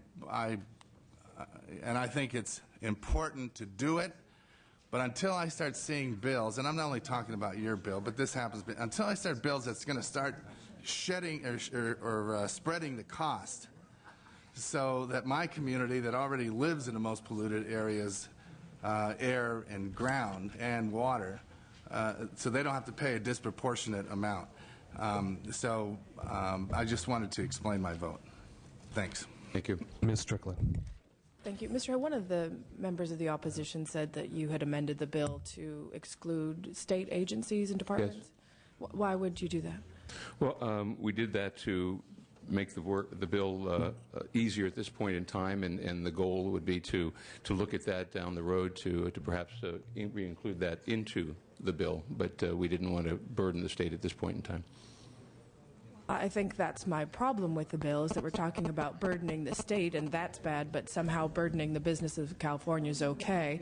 And I think this is a very serious concern as we look at this economy, and the unfriendly nature of this legislature takes towards the members of the business community throughout the state. And while we say that we don't want to unduly burden the state, I think it's very clear that this unduly burdens all of the businesses that use these type of packaging. Obviously, I think it's important we try to work toward different types of materials, but at this time I just can't support your bill. Thank you. Unfortunately, the burden that I described was not financial. The burden was on the criminal justice system, and there is no alternative that they can use with prisoners in incarceration at this point in time. So that's why we took it out. Mr. Hill, why don't we do this? This is your only measure before us today. Why don't we hold this bill until next week, Wednesday, so we can work a little, so you can take the time with you and your staff to work a little more in detail with those who are in opposition.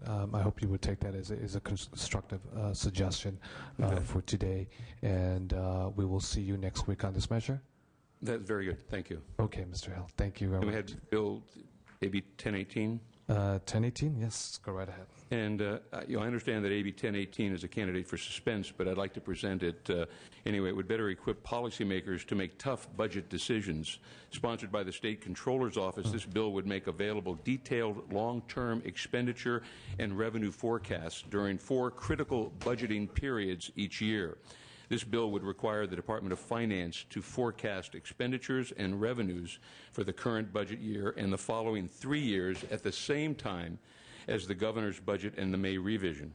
It would also require the Department of Finance to provide interim long-term revenue and expenditure forecasts on July 15th and September 15th to coincide with the annual cash flow borrowing and departmental budgeting requests.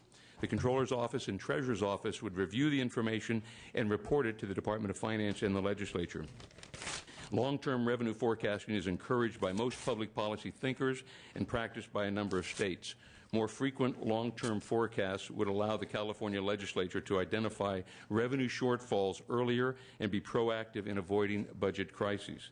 Currently, the only comprehensive long-term state revenue forecast is published by the LAO in November. Finally, we believe that the cost to implement this bill would be less than the identified in the committee analysis. The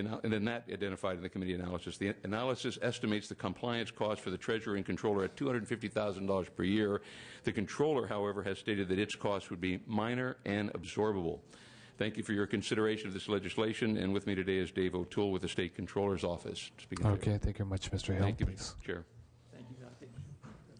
Thank you, Dave O'Toole with the State Controller's Office. This bill is part of a 5-bill fiscal reform package the Controller put together focusing on transparency and accountability, and that's fundamentally what 1018 is about. Currently, the bill would require Finance to prepare expenditure reports and revenue forecasts for 4 years out with the Mayor Vise and the Governor's budget, and then 2 additional intervals in September and July, as previously stated. And then the Controller and the Treasurer would look at those reports and report back with on the context of the forecasts and the realisticness of the expenditure and revenue forecasts. We think the bill is needed now because we've had budget shortfalls the last 7 years. The last 2 years, we've had mid-year corrections needed. The current year borrowing, current year cash borrowing needed even after the February budget was $1.5 billion. Next year, we're looking at $20 billion. The proposal is not unprecedented. 10 other states are doing it. The state used to have a commission on state finance. It did this type of activity. Rating agencies support it. Public policy experts support it. A couple of clarifications on the analysis. The current long-term... Why don't we move on? I want to do the clarification and the analysis. We'll deal with that later on. Let's go to the next witness. In the interest of brevity, Diane Stanton, State Treasurer's Office, in strong support. Thank you very much. We have a question, commentary from Ms. Harkey. This is a huge step in the right direction. The problem we have is we only forecast year to year. By the time we get it done, it's already out of balance. I would like to see this happen. I would also like to see it happen with regard to bonds, future bonds. If we can't project them out under the rosy scenarios that we always have for our budget projections, then and they don't work under those, our bonding, then we probably shouldn't be doing it at all. And so I do appreciate this effort. I'd like to work with you all to help you make this happen, because we do need to reform the way we do business in California and to have future planning tools and more than just an annual budget that's out of balance by the time we receive it is ridiculous for a state this size and economy this size. We ought to know where we're going and how we're going to get there and what we need to do. At least, like I say, under a rosy scenario that we always get. If we were worst casing, we might have an issue, but we never do that. We always expect the best and then get hit. And if we can't project out expecting the best, we have some problems. Thank you. Thank you. All right. Would you like to close, Mr. Hill? No, I just thank you, Mr. Chair and members, and respectfully ask for your aye vote. Mr. Hill, thank you very much for your very fine testimony. Thank you for your witnesses who have come today. We will continue to work with you on this measure. And again, thank you for your testimony on your previous measure. And I know that you'll work with the folks who currently oppose it. So thank you very much and have a good day. Thank you, Mr. Chair. Thank you much, Mr. Hill. Ms. Buchanan.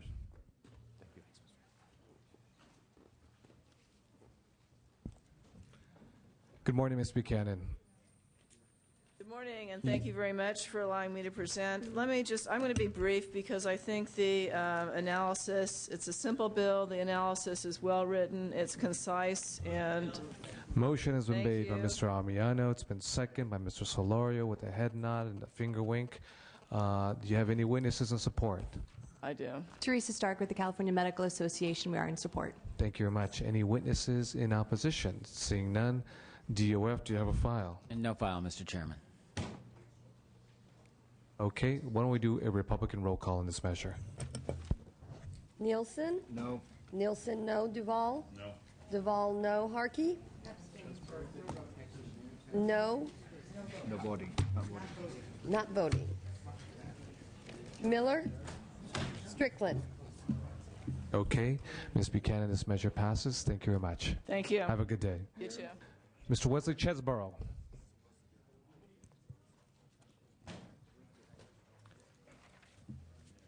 That would indeed be you. Mr. Chesborough, you have 4 measures before us today. 2 are do pass recommended, and 2 are candidates for suspense. Would you like to start with AB 648, establishing the 10-year exemption from the corporate practice of medicine? Yes, I will be waiving Move the bill.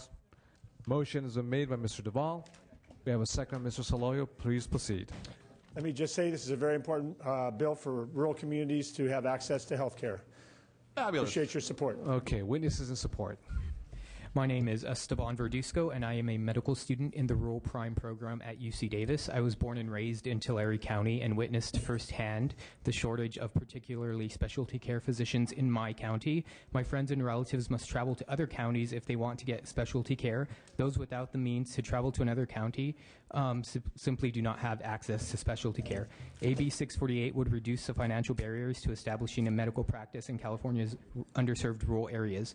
I have every intention of returning to my county to practice once I graduate, but the cost of establishing a practice in a rural area may be the deciding factor for many physicians who are deciding whether to practice there. I urge your aye vote. I appreciate your attention. Thank you. Thank you very much. Next witness.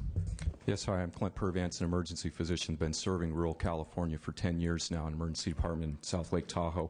Rural access to health care is certainly an issue. It's a growing issue in our community and in rural communities.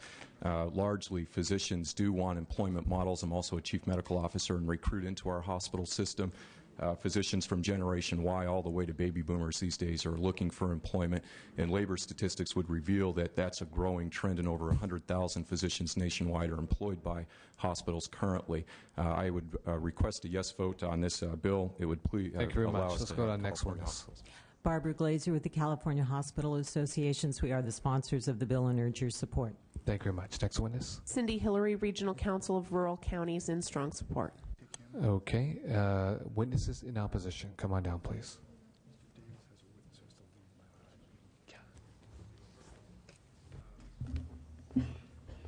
Morning, Mr. Chair and members. Brett Michelin with California Medical Association. We're primarily opposed due to policy reasons, so I won't burden this committee with that. However, on the fiscal side, I do find it interesting that the Medical Board of California has determined that there will be no direct fiscal impact, considering that they will have to make determinations on whether access is going to be improved by the hiring on a case-by-case basis. The bill requires them to do a study in the middle of the program and further to do investigations upon reports from physicians from interference from the hospitals on the practice of medicine. So for those fiscal reasons, we do oppose the bill and also on additional policy grounds. Thank you. Okay, thank you very much. Any other witnesses in opposition? Jason Vega, Central Valley Health Network. I echo the same thoughts as the CMA. Thank you. Okay, thank you very much. Any other witnesses in opposition? Seeing none, DOF, do you have a file? No file, Mr. Chairman. Okay. We have a question. Just a comment, having represented 16 different counties, most rural, I'd like to be added as a principal I would be co-author. most pleased to add you as a co-author, Mr. Nielsen. Thank you. Okay, that can be done. We have a motion that's been made by Mr. Duvall. It has been seconded by Mr. Solorio. This measure passes, Mr. Chesborough, on a roll call. Let's move to AB 907, please. Yes, Mr. Chairman and members, AB 907 proposes to update and reform California's 18-year-old oil recycling program in order to increase the amount of oil that actually is turned into new re-refined oil. Motion's been made by Mr. John Bettis, second by Mr. Tom Torlakson. Do we have witnesses in support? Mr. Chairman, members, Mark Murray with the environmental group Californians Against Waste. In support, this is updating, reforming the program, actually reducing expenditures, bringing them in line with revenues. We urge your aye vote. All right, thank you very much. Next witness. Mr. Chairman, members, Rand Martin on behalf of Safety Clean, the largest oil re-refiner in North America. In support of the bill, we'd like to point out this bill is going a long way towards building capacity in California for re-refining even more oil. Good for the environment, good for business. Thank you. Thank you very much. Any other witnesses in support, I should say? Witnesses in opposition?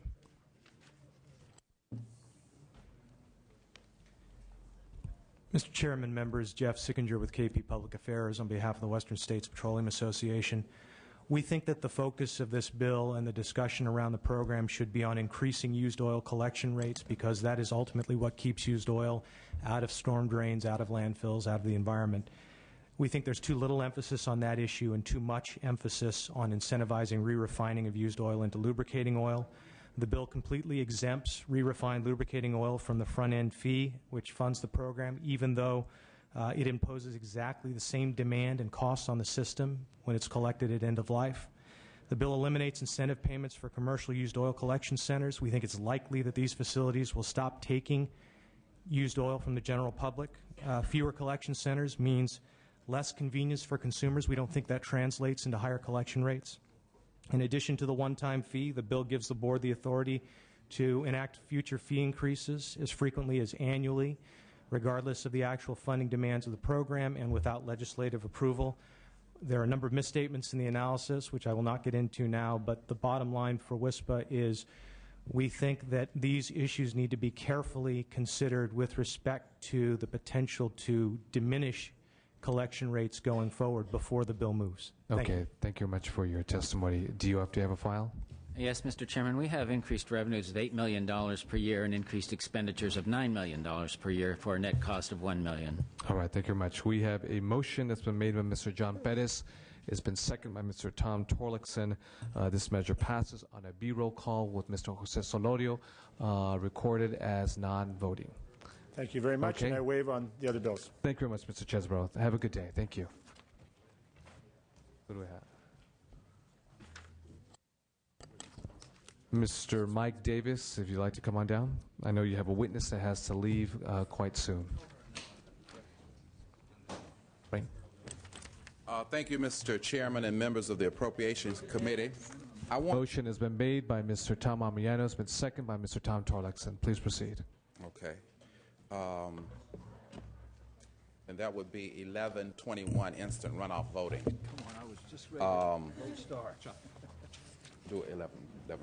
You don't want to do this one? No, he's moved the bill. This is Oh, okay. Instant runoff voting will create an opportunity for California general law cities, 10 of them, to do a pilot project to test this process in terms of its effectiveness on communities. Obviously, there have been a few communities in Northern California who have tried this process and it has worked, and most of all has saved money for local municipalities. I do emphasize that the impact of this policy is on general law cities, not charter cities.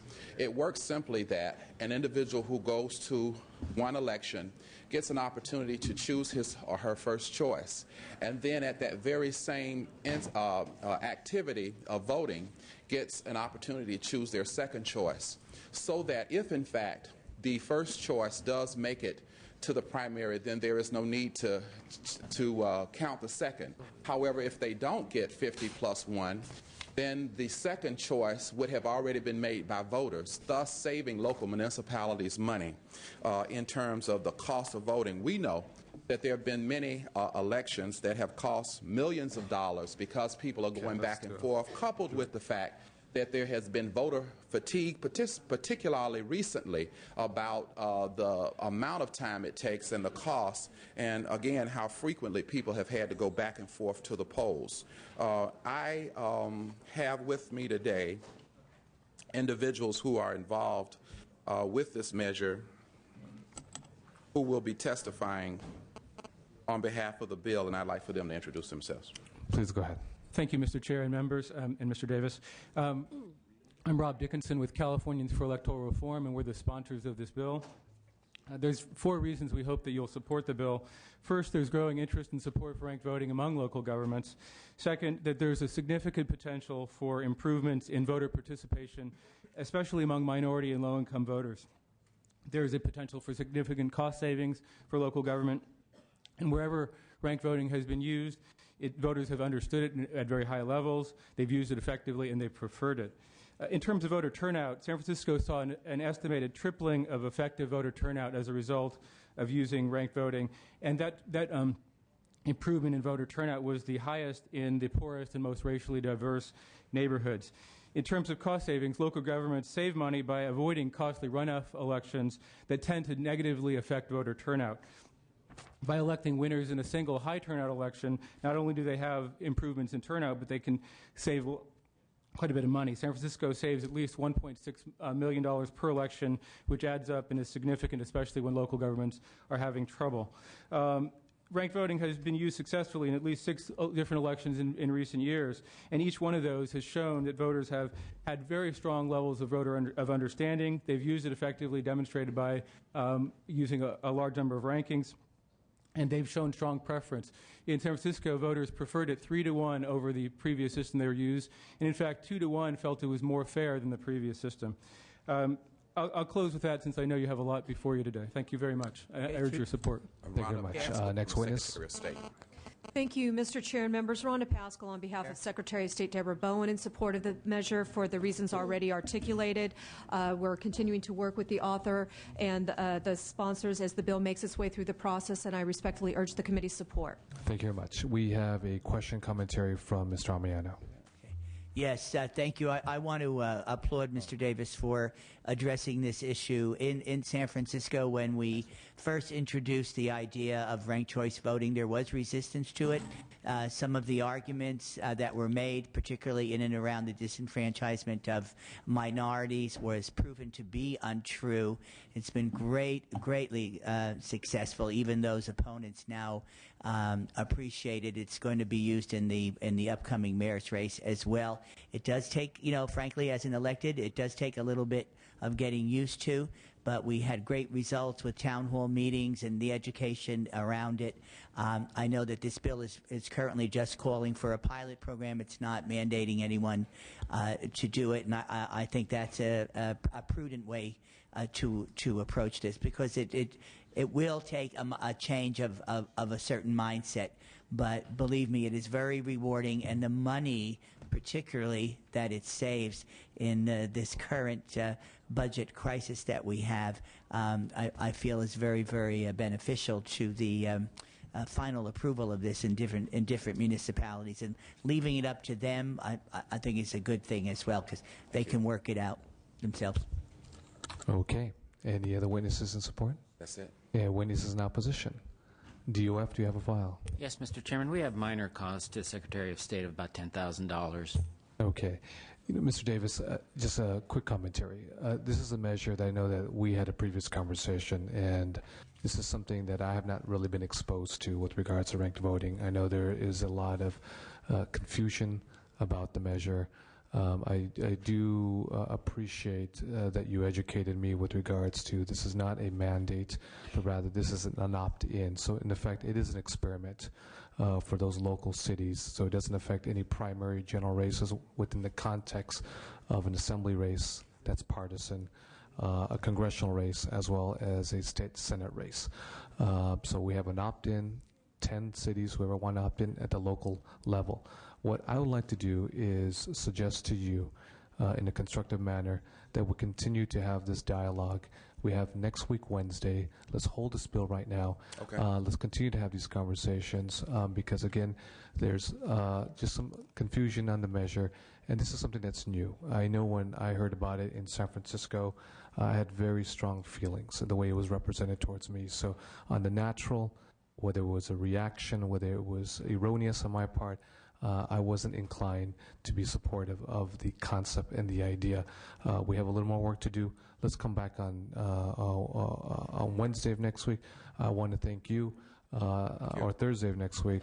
You are a person of color who is carrying this measure, and I know that there have been concerns with regards to what does this do. So let's take this opportunity to sort of demystify, if you will, some of those concerns, okay? I want to thank you, and I want to just say that as tempting as it is, this is not a measure to replace any of us. Given the sensitivity of time, I accept your recommendation and look forward to talking to you next week. Okay. Mr. Davis, thank you very much, and thank you very much to the witnesses, too. Thank you. Okay, all right. Mr. Victor Manuel Perez. 485, though, may I just briefly, I know it's on suspense, may I just briefly... You do want to, it's on suspense, can for suspense, you want to testify? Yes, sir. Okay, let's go right ahead. I apologize, but this is our only opportunity to discuss this measure. We do have some witnesses who are here from out of town, and they do have to leave. Let me just say that 495 simply seeks to provide an infrastructure for preschool data. Currently, parents who have children who are pre-K, pre-kindergarten, don't have available information in terms of where they can take their children. It has not been a part of the education system in the Department of Education to gather this data. This bill simply asks us to identify the licensed available resources for pre-K education and also the demand of those in a given area who might need to utilize these services. We realize that there are some parents who choose family and personal contacts as a place to take their children in pre-K. However, for those individuals who are parents who don't have someone to depend upon for the care of their child, we think that it would be appropriate to have identified a licensed place to which they can take their children. And so with that, we have representatives here today from the Los Angeles Universal Preschool, Chief Operating Officer Dr. Cecilia Ayala, and I'd like for her to testify. Thank you very much, Chairperson and everyone in the committee.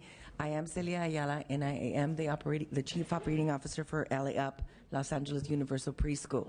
And what we find is that as parents, we need to make sure that we have access to data in terms of where are these available spaces at each county, but in terms of the entire state. So we currently do not have a place where we can go to as parents and identify these sites. We are preparing our children to be kinder ready. And as parents, we should have that data available county by county, and we're asking that you consider saying aye to this particular request that we're making at this particular time. We know the situation economically, and we're saying when the dollars are there, this should be part of what the State Department of Education collects and then sends the information to each county to be able to inform parents. Okay, thank you very much, Doctor. I really appreciate it. Thank you much, Mr. Davis, for your leadership on this issue, too. Thank you. Mr. Victor Manuel Perez. Mr. Perez, you have 6 measures before us today. 3 are due pass recommended, 3 are candidates for suspense. I do want to apologize to you also, too, for the slight mix-up just occurred a few minutes ago, but I thank you for being patient with us. So, no problem. If you like, Mr. Perez, we'd like to start with AB 868, dealing with the Palo Verde Unified School District. If you don't mind, if I can start, Mr. Chairman, with AB 94, and you're correct, I will be waiving AB 3, AB 1009, and AB 1047. Okay, why don't we do that then? Go ahead. Absolutely. And so if I can present AB 904 and then 868 and 1012. Please proceed. Thank you, Mr. Chair and members. AB 904 move the bill. Seeks to add manufacturers. We have a motion. Just 1 second, Mr. Perez, made by Mr. Duval, has been seconded by Mr. Amiano. Please proceed. That create components, parts used in the production of electricity using solar, wind, biomass, hydropower, or geothermal resources to be eligible to participate in the Capital Investment Incentive Program. I ask for your aye vote, and here today I have Mr. Bill Doring on behalf of Imperial County to speak in support of this measure. Thank you very much, Mr. Perez. Mr. Chairman and members, Bill Doring representing Imperial County. Well, with the highest unemployment rate in the state, we're looking forward to anything to get jobs and ask for your support. Thank you very much, Mr. Doring. Any witnesses in support? Seeing none, any witness in opposition? Also seeing none, DOF, do you have a file? No file, Mr. Chairman. Thank you very much. I do know that you have an employment rate of about 25% in Imperial County. I want to thank you very much for your strong leadership for both Riverside as well as Imperial County to do everything within your possible means to bring jobs to a very economically depressed area. So thank you very much for your strong leadership. We have a measure before us, AB 904. We have a motion by Mr. Duval. We have a second by Mr. Amiano. This measure passes in a bipartisan manner with an A roll call. Why don't we go to, would you like to go to 868 now? Sure. Okay, let's go.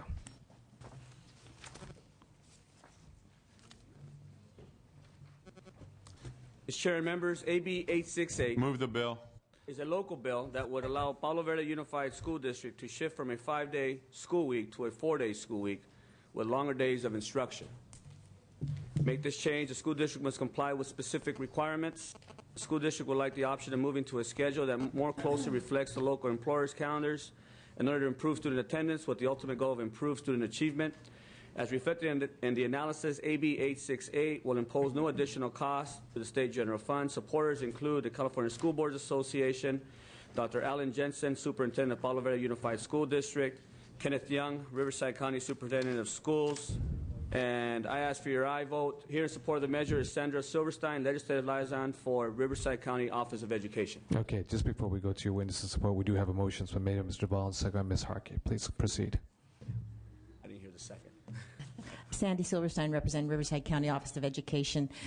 Blythe is a very isolated community, 100 miles from the closest city. Most of the major employers in the area have all gone to a 4-day week. The reason for this bill is because what we're noticing is that we're getting a 20% absentee rate on those days when the employers take their kids, the parents that work for these employers take their kids out of town. We're trying to increase seat time, more time in instruction, and this would allow the district to at least have a dialogue with their community about doing this. Okay, fantastic. Any other witness in support? Seeing none. Witness in opposition? Also seeing none. Do you have to have a file? No file, Mr. Chairman. Okay, we have a motion made by Mr. Duval, has been seconded Ms. Harkey. This measure passes on an A roll call with Mr. John Perez not voting. Let's go to the next measure, which is AB 1012, do pass recommendation. This is an urgency measure also too. Please proceed. We have a motion that's been made by Mr. Amiano. It's been seconded by Mr. Solorio dealing with the PUC and economic stimulus package dollars from the administration. Please proceed. I ask for your aye vote. Thank you very much. Any witnesses in support? Seeing none. Any witnesses in opposition? Also seeing none. DOF, do you have a file? Yes, Mr. Chairman, but we have unknown costs associated with this. Okay, thank you very much. Mr. Solorio, I should say Mr. Solorio has made a second, but Mr. Amiano has actually made the motion to move this bill. Mr. Perez, thank you very much. Obviously, the three measures that you have put forward has received bipartisan support.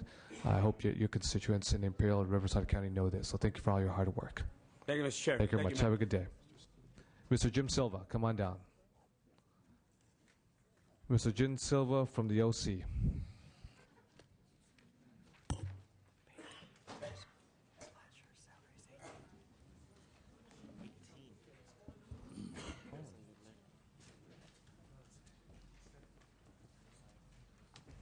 Thank you, Mr. Chairman. Mr. Silva, you have one measure before I say it is a suspense candidate. Please proceed. Okay, thank you, Mr. Chairman. You're right about being from OC. As a county supervisor, I was elected to a county that had just filed bankruptcy, and within 18 months, we're out of the bankruptcy without a tax increase. And I have colleagues on both sides of the aisle that continue to ask me, you know, what ideas do you have about helping the state set up priorities? I have introduced ACA 1 in an effort to reduce and prioritize the costs of state government. As we keep finding out at the polls, the voters want legislators to prioritize their own spending. ACA 1 provides the highest level of scrutiny for those measures that add substantial cost and pressure to the state budget. Notwithstanding the Department of Finance cost estimate, we have to take into consideration that ACA 1 will save the state millions of dollars over the year by simply putting a priority on our spending. Passing measures that have long-term cost effect to the state affect our budget. This results in higher taxes for the California taxpayers. We all have friends that retire in California and move to other states because the other states have much lower taxes. The bottom line is many of our seniors cannot afford to retire in California. I have with me today a representative of the Howard Jarvis Taxpayers Association, Mr. David Wolf. Mr. Silva, thank you so much. Members, Mr. Chairman, members, David Wolf here with the Howard Jarvis Taxpayers Association. And members, California is in dire straits. With the special election results yesterday, we now face a minimum $23 billion deficit within the fiscal year 09-10, as well as hundreds of billions of dollars worth of general obligation bonds and pension debt that we're going to have to pay off over the next 30 years. We are going to have to, in the coming weeks and months, members, make very difficult, serious cuts and hold government accountable in order that we might live within our means. And I think ACA 1 is the first step of many that's going to have to be taken to ensure and show the California public that this body, this legislature, can in fact live within its means. We're spending money, millions of dollars a year on these thousands of bills that are introduced, and it's money that we can't afford to spend. And again, I just think it's a first step to show a very disgruntled public who made their opinions very well known last night at the election that this body can in fact live within its means. And for these reasons, we'd ask for an aye vote. Thank you. Thank you very much. We'd like to close, Mr. Silva. Yes, I would, Mr. Chairman. I'd like to just close by saying that whether this bill moves forward to allow the voters of California to vote on it or not, there will be a point in time where the state of California will have to prioritize the budget, and I think that this would be the first step in that direction. This will be another tool in the tool chest that will help California become a stronger state. And I would like to ask respectfully for your aye vote. Thank you very much, Mr. Silva. Thank you very much. Have a good day. Ms. Torres, come on down.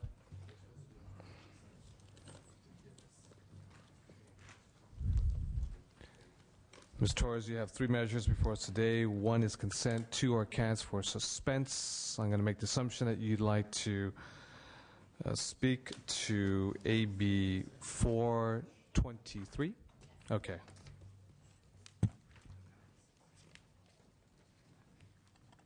Please proceed. Good morning, Chair and members. Recruitment and training of 911 dispatchers has become a serious challenge for law enforcement agencies across the state of California. Assembly Bill 423 is a straight policy bill that addresses this very important dimension of this system. Under the 911 Act and the Governor's Reorganization Plan, the State Information Officer has been assigned the state-level coordination, oversight, and implementation function for the system that provides 911 service. The legislature created the 911 Advisory Board to provide expert stakeholder input to the CIO. The advisory board is already funded by a special fund. Assembly Bill 423 uses this existing structure to provide a more focus on training and recruitment issues. Additionally, we are adding a layer of expertise on this subject by including the Commission of Peace Officer Standard Training, POST. I ask for your aye vote. Thank you very much, Mr. Torres. Witnesses in support? Mr. Chair and members, Crystal Jack on behalf of the California State Sheriff's Association in support of this bill. Thank you very much. Mr. Chairman, members, Al Cooper representing Sacramento County Sheriff's Department in support. Thank you very much. Ms. Torres, would you like to close? I respectfully ask for your aye vote. Okay, we'll continue to work on this measure. I know this is a measure that's very important to you. You're very passionate, given the fact that you spent many, many years, if not decades, as a dispatch emergency call center for the LAPD, LA's finest, in downtown Los Angeles, where I had the opportunity to go visit the I don't know what they call it, the war room or the operation room, but it was quite amazing to go there. So thank you very much, and we'll continue to work on this one right here. Thank you very much. Ms. Conway.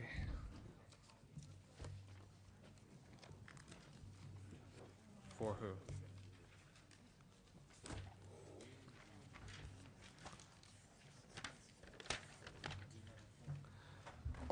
Ms. Conway, before you proceed, if the sergeants could be so kind enough to call Ms. Fiona Ma, Mr. Fortani, Ms. Mary Salas, Mr. Brian Estandi, Mr. Jared Huffman, Mr. Swanson, Mr. Fewer, Mr. Rambola, Mr. Smith, and Mr.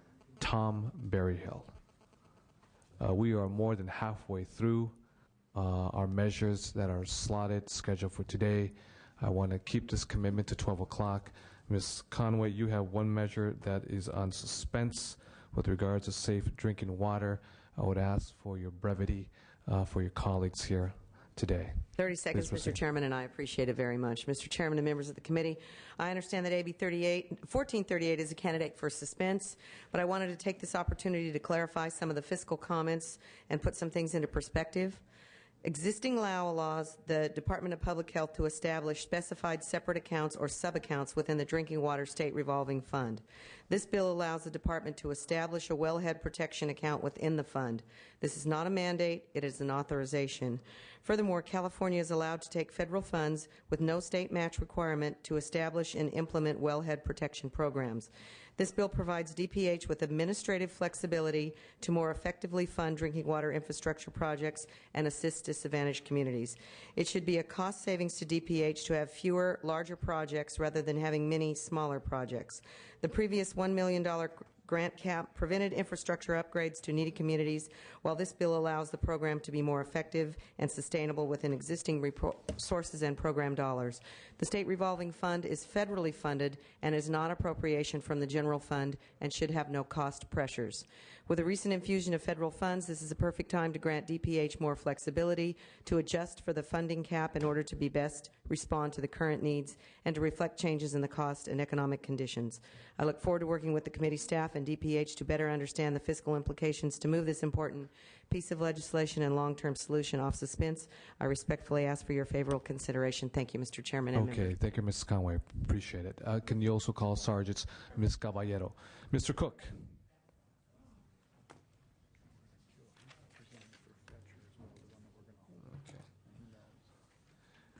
Mr. Cook, are you presenting on one of your suspended measures or for Mr. Fletcher? Both. Okay, you have AB 1476, that's a cap for suspense with regards to State Allocation Board. I'm going to ask for your brevity, the same thing as for Ms. Conway. I'm going to do so across the board with everyone who has measures that are on suspense candidates because we're on a short lease. So why don't you go right now? Can I do Assemblyman Fletcher's first? You want to do that one first? Okay, let's do it. AB 1367, special absentee ballots. People, men and women, Peace Corps deployed Iraq, Afghanistan. Oftentimes mail isn't delivered over at all. This bill would extend the amount of time to receive overseas ballot by 21 days, provided the ballots were cast by Election Day. I ask for your aye vote or consideration on removing it from suspense or not putting it on suspense. We have a motion that's been made by Ms. Harkey and second by Mr. Nilsson, Senator Nilsson. Witnesses in support? No. Witnesses in opposition? Seeing none, DOF, do you have a file? No file, Mr. Chairman. Okay, would you like to close, Mr. Cook? I ask for your aye vote. Okay, thank you very much. We have a motion that's been made by Ms. Harkey. It's been second by Mr. Senator Jim Nilsson. This measure fails on a C roll call. Let's go to your candidate on suspense. Let's get to that one right there. Okay. I hope I was quick enough on That was. Thank you very much. I'm sure Assemblyman Fletcher will. Let's get to the State Allocation Board. Yes, this would allocate the State Allocation Board to extend the repayment period by an additional period of 5 years for a school district that has a real problem in paying back the money that was advanced to it. Although this bill creates general state policy, I introduced this bill for Val Verde School District. Val Verde is, like many areas, it's in bad strait, and I know what the analysis has said about that it's going to cost the state $1.9 million. And all I do is submit to you the fact that on March 14th, their first payment, they couldn't make that. It was 2.8 that they were in arrears.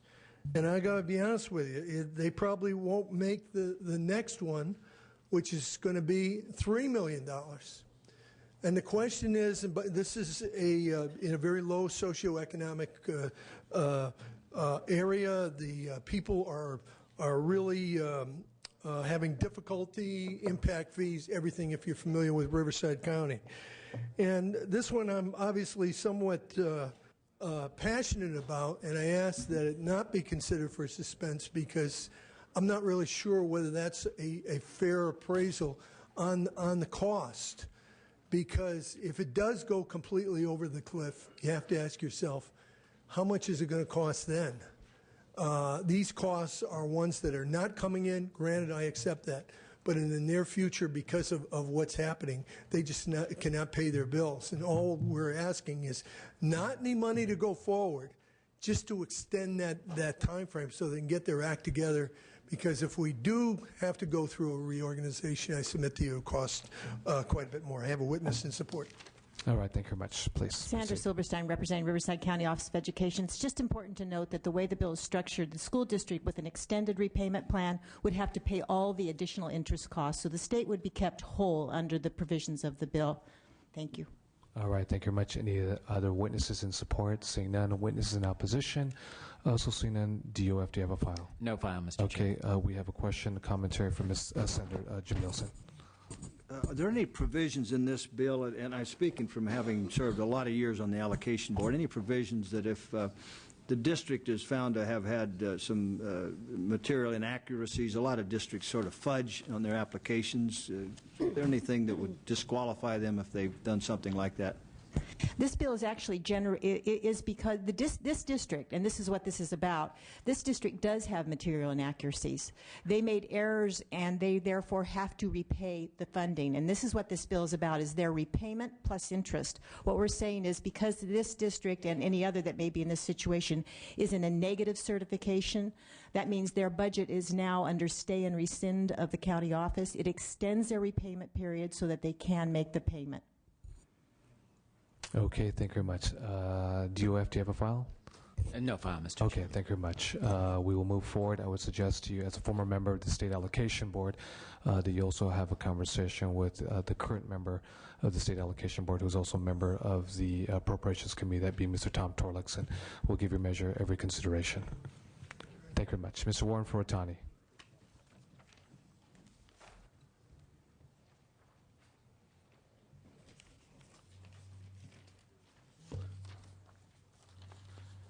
Good morning, Mr. Fortani. Good morning, Mr. Garrick. I just want to be fair to everyone across the board. As I said to two previous members, that being Mr. Cook as well as Ms. Conway, that we're in a short time leash. I know this is a bill that's a candidate for suspense. You're both co-authors. You're deeply passionate about career technical education. Let's move swiftly on this measure. So, Mr. Fortani, please proceed. Thank you very much, Chair. I appreciate that, and I appreciate your patience. I am pleased to present AB 554, which increases students' access to a broad range of course options, including career technical education, visual and performing arts, and foreign language. While I understand that any increase in requirements imposes a state mandate and thus increases the state costs, I strongly believe that CTE courses deserve to be included in this specified list of graduation requirements. Our high school graduation requirements reflect in many ways our state's educational goals. If our goal is to produce a skilled and trained workforce, our graduation requirements should reflect a diverse and robust curriculum. AB 554 attempts us to move in that direction. AB 554 also prioritizes the goal of successfully graduating students from our high schools, which is an ever-pressing issue given our high school dropout crisis. I appreciate the legitimate fiscal concerns associated with the bill, but I believe the tough economic times also present an opportunity to make bold statements about our future goals and future direction in education. Increasing our students' options in respect to what courses they can take to qualify for a high school diploma is an investment surely we should make in these unprecedented physical uncertainty and during these tough times. I'm pleased to also ask today Assemblyman Martin Garrick, who is co-author of this bill, to make a statement as well. Thank you. Assemblyman Martin Garrick. Thank you, Mr. Chairman and members, and thank you for considering this bill. Also wanted to thank Mr. Ferrattani for allowing me to present on this important issue.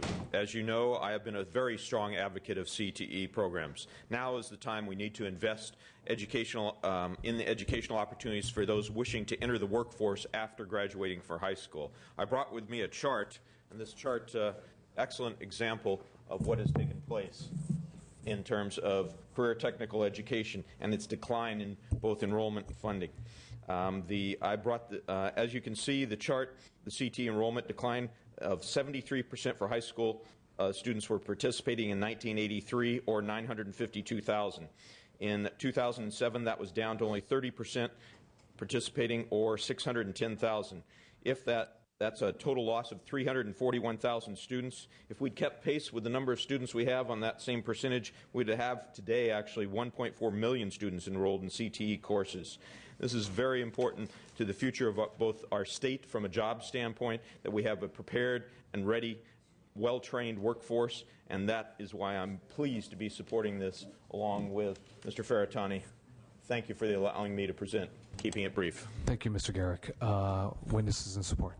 Cynthia Leone with the California Manufacturers and Technology Association. We strongly support this legislation because it will reinvigorate career technical education at the high school level. Our industries currently have job openings, but without a trained workforce, we won't fill those jobs. And those jobs are important to grow our economy in this particular time. So we really encourage the committee to consider this bill as an investment in our workforce needs of the future. Mr. Chair and members, Caitlin Vega, here today on behalf of the State Building and Construction Trades, the co-sponsor of this measure. This is an extremely important bill to us. We have to have the next generation of our workforce trained and ready to take the jobs that do exist and be part of creating good jobs here in California. So we're here in strong support. Thank you. Thank you very much. Jeff Reyes with California Federation of Teachers in support of this. This not only encourages college preparation, but also career technical education. Thank you. Thank you very much. Mr. Ferrattani, please go ahead. Sergeants, could you please so kind enough to turn on that microphone? Thank you very much, Chair, for this opportunity to present. Mr. Ferrattani, you have sir. a couple more witnesses, I'm assuming, in support. So, okay. Great. Fred Jones on behalf of two clients, California Business Education Association and the Professional Beauty Federation of California, in strong support of this. Thank you. Mr. Chair, members, Chris Walker on behalf of the California Association of Sheet Metal Air Conditioning Contractors, the California Automotive Business Coalition, and the California Industrial and Technology Education Association, each in strong support of the bill. Thank you. Mr. Chairman and members, Gavin McHugh on behalf of the California Correctional Peace Officers Association, longstanding supporter of career technical education. We support the bill. Thank you. Thank you very much. You proceed, Mr. Fortani. Thank you very much, Chair, for your indulgence. I urge and I vote. I want to give both you and Mr. Martin Garrick a lot of credit. I know not everyone's going to meet the A through F requirements and go to higher education. We're way behind in comparison with other nations, in particular someone like in Germany, where they offer career technical apprenticeship programs for folks who don't go on to a four-year degree. That's just our reality. So I want to give you a lot of kudos for your leadership on this issue. Thank you very much, Mr. Fortana. Have a good day. Thank you. Ms. Fiona Ma.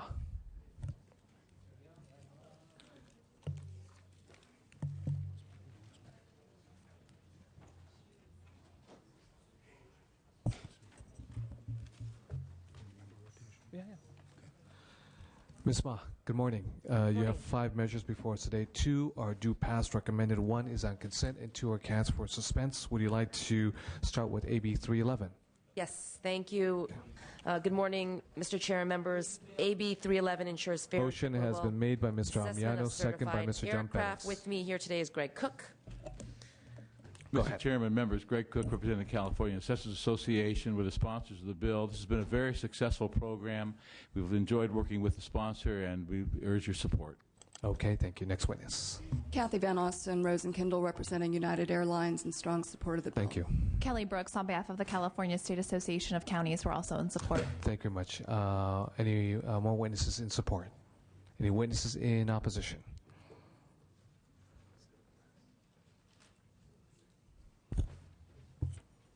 Hi, Russell Nowak on behalf of Southwest Airlines. We continue to oppose, based on the methodology and the reliance on this private airline pricing guide, which we have been in discussions with the author about, and we're hoping to bring the parties together to meet and hopefully agree upon a better methodology, or at least a... Thank you very much. Any other witnesses in opposition? Seeing none, do you have to have a file? No file, Mr. Chairman. Okay, we have a motion that's been made by Mr. Amiano. It's been seconded by Mr. John Pettis. This measure passes on a B roll call. Let's move on to AB 797. Are we doing? Okay, just add them on. Let's go to AB 797. Thank you, Mr. Chair. Members, AB 797 provides consumers with additional information on disciplinary decisions made by the California Board of Accountancy. Specifically, this bill would require the board to post the full text of its disciplinary decisions on licensed accountants who were accused of wrongdoing for a period of 10 years on its website. As a CPA, I believe this bill will protect consumers by allowing them full access to information that is important when selecting an accountant. In addition, this fully discloses whether an accusation was fully investigated and the determination that was made by the board. With me today should be Bruce Allen, representing the California Society of Certified Public Accountants, the sponsor of the legislation. We have a motion that's been made by Mr. John Pettis, has been seconded by Mr. Amiano. Any witnesses in support? Seeing none. Witnesses in opposition? Also seeing none, do you have to have a file? No file, Mr. Chairman. This measure passes on a roll call. On an A roll call. Thank you very much, Ms. Ma. Thank you. Ms. Caballero. Ms. Caballero, you have AB 300 dealing with water and development. You have a due pass recommendation. Please proceed. Thank you very much, Mr. Chair and members. AB 300 would promote greater... A motion has been made by Mr. Amiano, has been seconded by Mr. Hall. I would ask for brevity from the witnesses. Witnesses in support?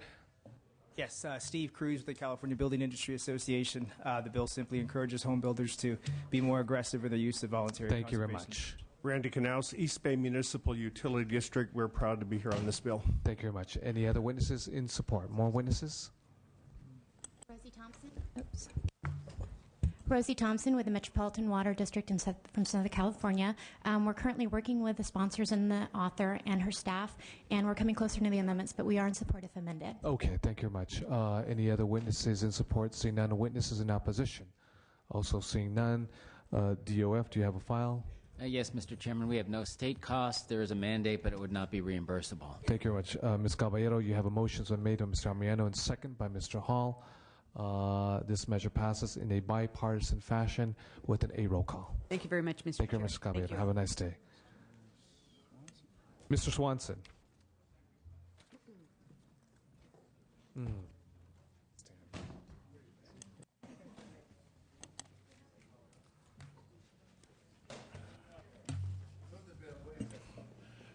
Thank you, Mr. Chairman. Thank you, Mr. Chairman, and diligent members of this illustrious body. Mr. Swanson, let me see. You have before us today 4 measures. 3 are due pass recommendation. Yes, one is suspense. Would you like to I can be waive? very brief on the suspense item if I could, Mr. That means you're going to testify on 4 measures before us today, then. Well, yes, but I will be extremely brief. Remove the motion. On the due pass recommended measures, Mr. Perez?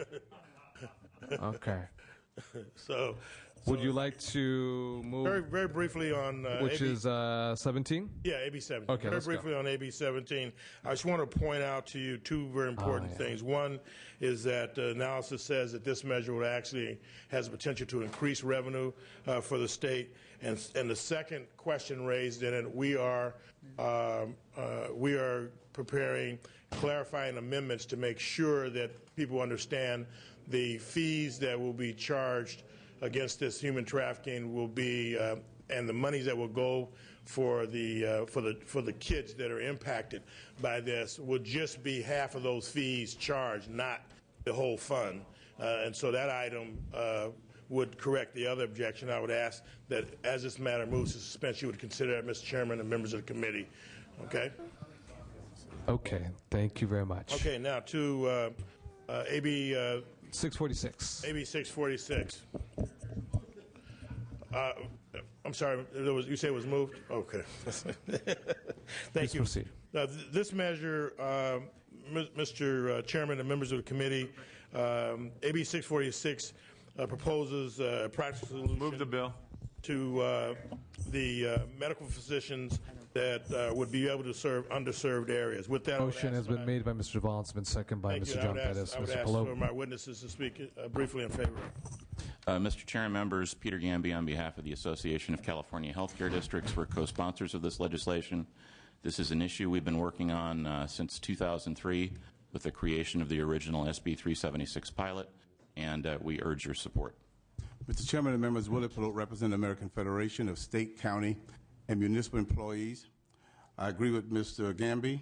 I agree with the member who's presenting the bill, and we commend him for addressing a very systemic issue that exists throughout the state of California.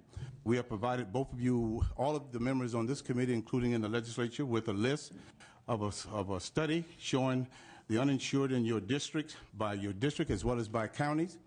And it's time to do what is right on behalf of Californians. We ask for your strong support of the bill. It have all of the protection in it to make sure every doctor who wants to see these patients can see these patients without any oversight from any corporate administrators.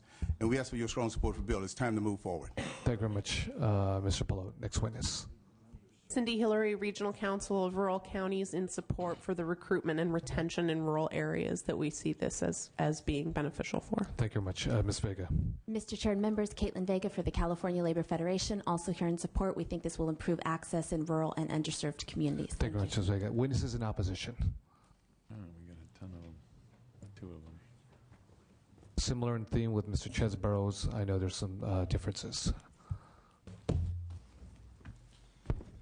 Thank you again, Mr. Chair and members. Brett Michelin, California Medical Association, and similar to the Chesborough bill, our our concerns are primarily focused on the policy. However, there are fiscal implications in this bill that are not reflected in the analysis. Again, the medical board. It's great to hear that the medical board is going to be working for free, and we look forward to the bill to reduce our physician licensing fees. This bill requires that the medical board review documentation on community needs and acts of the healthcare districts in order to hire, and to do so again if the healthcare district returns for an additional 5, the ability to hire an additional 5 physicians.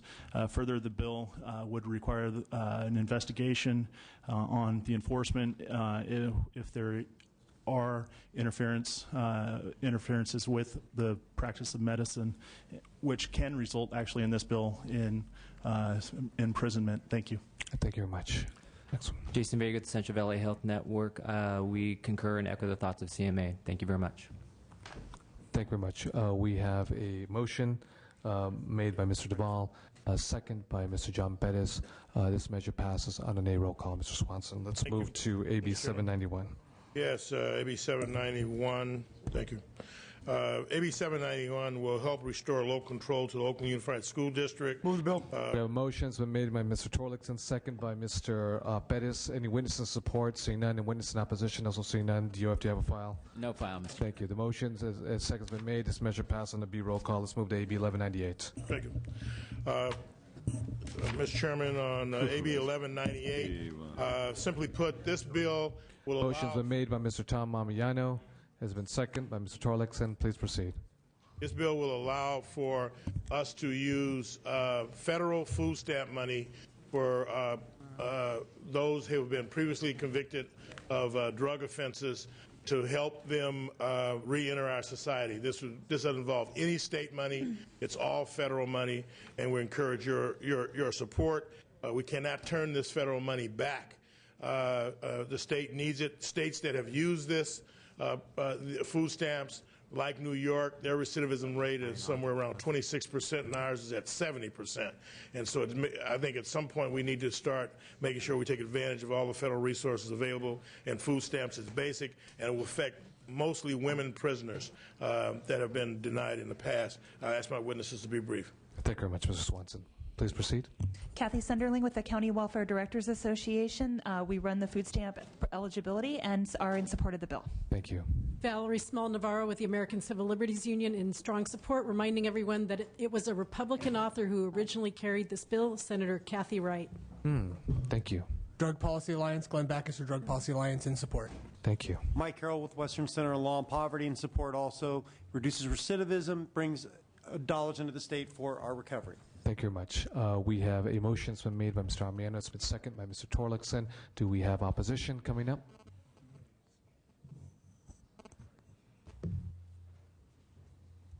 Mr. Chair and members, Corey Salzillo on behalf of the California District Attorneys Association. We're in opposition on policy grounds. All right. Mr. Steve Cooley's office.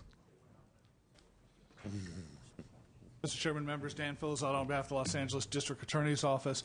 Our concern is expanding this program to the narcotic sellers and then requiring everybody to attend drug treatment.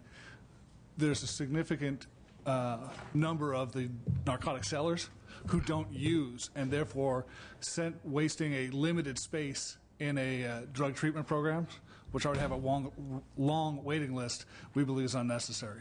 Okay, thank you. Thank you very much. Do we have any other folks in opposition? Seeing none, do you have to have a file? No file, Mr. Chairman. Okay, we have a motion that's been made by Mr. Armiano. It's been seconded by Mr. Torlakson. This measure passed on the B roll call. Mr. Swanson, thank you much and have a good day. Thank you, Mr. Chairman and members of the committee. Thank you. Ms. Mary Salas.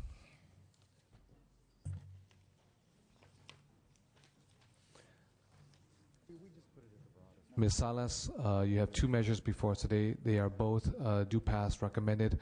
The one before us right now is dealing with veterans, veteran affairs, and it's AB 1330.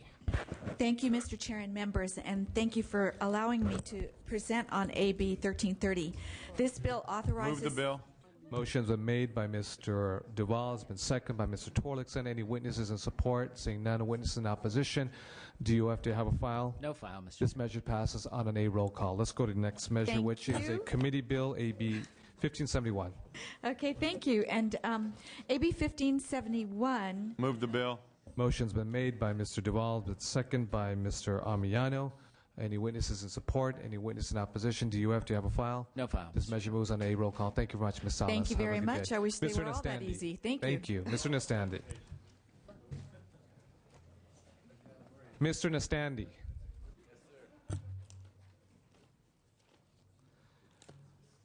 You have three measures before us today. They're all candidates for suspense. I've been very fair with everyone, Democrats and Republicans. I'm asking for brevity for all the members so they can move forward. Which is the measure that you'd like to testify on? Mr. Chairman, first testimony would be AB 649. 649, okay, go right ahead. Yes, sir. This bill is regarding the change orders that the UC system gives the subcontractors. What the bill simply does say, if there is a change order, the subcontractor has 20 days to submit the response back to UC. They have 10 days to respond whether or not they agree or disagree. If there is continued dispute, it goes to binding arbitration. The point of this bill is to bring down the cost of, or the behavior of stringing out for a year, possibly longer, many times longer, of some subcontractors not getting paid, putting in their time and their labor and materials to doing the job, and simply not getting paid, and then later settling for pennies on the dollars because they don't have the wherewithal to spend a great amount of time in court. So that's the reason for the binding arbitration. Okay, I'm aware of this issue with UCLA, in fact. Mr. Portantino. Yeah, I'm a joint author of this bill and think it will bring a speedy resolution and save the state money and put it where it's well deserved. It's a good policy bill. Please. Mr. Chairman, members, Eddie Bernanke on behalf of the National Electrical Contractors Association and the California Legislative Conference of the Plumbing, Heating, and Piping Industry. As Mr. Assemblymember Nastandi and Portantino pointed out, the systemic issues with change orders at the UC level have driven a lot of our contractors out of that market. We believe the reforms in this bill will bring those contractors back to the market, and through the competitive bid process and competition will lower the cost of UC projects in the same form. Thank you. Next witness. Chairman, members, Duncan McFetridge representing the State Pipe Trades Council, State Association of Electrical Workers, and the Western States Council of Sheet Metal Workers in strong support of the bill. Thank you very much. Mr. Chair, members of the committee, Chris Walker on behalf of the California Association of Sheet Metal Air Conditioning Contractors. For all the reasons already stated, we support the bill.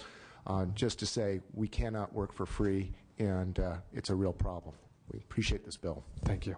And Skip Dahm on behalf of the American Subcontractors Association in support. It's a progressive measure. Thank you. Thank you. Any other witnesses in support? More witnesses? Any witnesses in opposition? Seeing none, we will move on to the next bill, but I do want to commend you, Mr. Nastandi, as well as you, Mr. Portantino.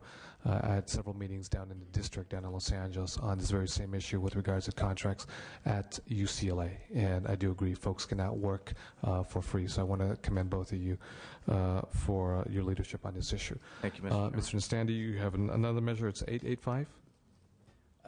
If I can, Mr. Chairman, go to ACA 17. It's regarding UC system as well. Okay, go right ahead. And what this deals with is the issue of golden handshakes, that where UC is giving out literally golden handshakes to folks that are sometimes are in excess of $2 million as a early retirement, and that same person comes back 2 months later, gets the same job at an increase in salary. And that happens. I have many circumstances or many instances I won't go through, but it's happened numerous times. And even though President Yudof has instituted new rules and regulations to address this issue, we feel those rules and regulations have been in place previously, but they did not abide by them. So the concern is they will choose not to abide by these new rules as well. So therefore, I believe it's necessary to have an amendment to say you simply can't take... Apologize, Mr. Nastandi. Colleagues, let's move this forward. We thank Mr. You can tell our salaries have been cut. Look at this wardrobe. Ms. Skinner has regressed in her wardrobe today. Apologies, Mr. Nastandi. Please move forward. And Mr. Portantino is here in support of the bill as well. Absolutely. Mr. Portantino, please proceed. Yeah, it just seems to me that by prohibiting the use of the golden handshakes and then rehiring the same person at a higher salary will actually be saving money, not costing the state money. So I was a little bit surprised that this got scored as a expenditure when we'll actually be cutting down on a duplicative cost. I mean, having somebody retire, getting full benefits, and then getting rehired back at a higher salary costs the state more money. So we think by prohibiting that, we're actually saving the state money. So I just wanted to make sure that that was part of the discourse. This is a cost savings, not a cost expenditure. Thank you very much, Mr. Portantino. Any witnesses in support? Witnesses in opposition? Seeing none, thank you very much, Mr. Portantino, as well as Mr. Nastandi. We will look at this measure in much detail. You want to speak to 885? Yes, sir. Thank you. Okay, Mr. Nastandi, please proceed. AB 885 allows the federal fund of the Department of Aging, the State Department of Aging, to receive funds from the Older American Act as a pass-through down to the local area agencies and through the Department of Rehabilitation to serve the needy seniors. A lot of times these funds go to Meals on Wheels, which I know a lot of you in your districts have been visited, and these are very important services that are simply stopped when we have a budget stalemate. And as I mentioned, these are federal dollars. It's simply a pass-through, and we should not be holding them hostage because of our lack of a budget deal. So I'm asking that if there is a stalemate in the budget, these federal monies simply flow back down to the local localities and allow these Department of Aging dollars to continue feeding the seniors. Thank Thank you very much, Ms. Standy. Witnesses in support. Yes, Mr. Chairman. Darrell Kelch with the California Association of Area Agencies on Aging. I would like to reemphasize that we're talking here federal dollars, no state dollars. And we find it difficult that every year when there's a budget delay that we're putting the frail seniors at risk and at jeopardy by withholding these dollars. We don't understand why the bill is for suspense since there are no state dollars. We just simply think that our seniors, the health and well-being of our seniors should not be hostage when there is a budget delay. And we would ask that you rethink the decision about sending this to suspense and consider passing it. Thank you very much. Next one is? Sherry Jenkins from the California Senior Legislature. We represent all the seniors in this state, and we echo Mr. Kelch's sentiments. We ask for an AI vote, please. Thank you very much. Mr. Calderon. Just a process question. What happens if this bill were law and the money was advanced whenever budget was on time? What would happen if the legislature then decided to shift the budget to provide less money or shift the funds or use the funds in some other way? Then what happens to the money that was already paid out if the total allocation for the year ends up being less for whatever reason, ends up being less than it was the year before? Assemblyman, these funds cannot be shifted. They're federal dollars. They're earmarked for specific programs. So the legislature cannot make that decision to shift those dollars. So the only thing the legislature can decide on is what? Appropriating it every year? And how much That's to correct. appropriate? Yes, the controller tells us because there is not an enacted budget, he does not have the authority to issue the checks. Although the state is billing the feds and collecting the money just simply sits there until there is an enacted budget. And if I may, Mr. Calderon, there is precedent in AB 561 from Assemblyman Scott that said back in 1998 that allowed Medi-Cal funding to go through the same process to not be held up for HIV funding. So there is precedent to say we are not going to hold federal monies, allow them to flow through. So once again, I don't know why there would be a cost associated with this. It's simply allowing the federal funds to go down to local agencies. Okay, we will thank you very much for your testimony as well as your witnesses. Any measures, regardless of what the source is, whether it's general fund, special fees, funds, whether it's federal dollars in this case, will always go to suspense automatically for a deeper scrutinization. So we will look at this bill and have your office feel free to speak with the staff as well as myself as we move forward with this measure. Thank you, Mr. Thank you very much, Mr. Sandy. Mr. Huffman, let's go, and then I'm going to take someone out of order because they have a meeting that they have to get to with Madam Speaker. Mr. Huffman, you have 4 measures before us today. 1 do pass. 1 is a candidate for the consent file, as well as 2 are candidates for suspense, and as well as my understanding, you will present for Mr. Kokorian also Yes. too. So you have 1 before us today, which is your measure, AB 881, the Sonoma County Regional Climate Authority. You're creating your own CARB, I guess, in your own district. So please proceed. Thank you, Mr. Chair. I certainly will waive presentation on the suspense bills and present on AB 881, which...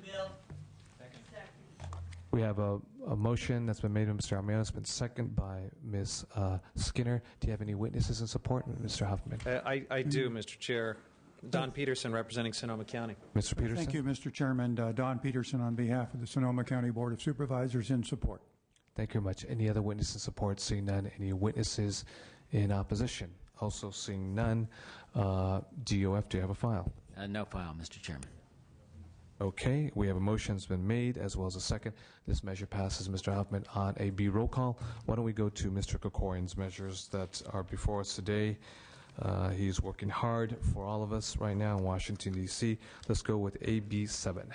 Thank you, Mr. Chair. This is a bill affecting independent expenditure ads. A motion has been made by Mr. Amiano. It's been seconded by Mr.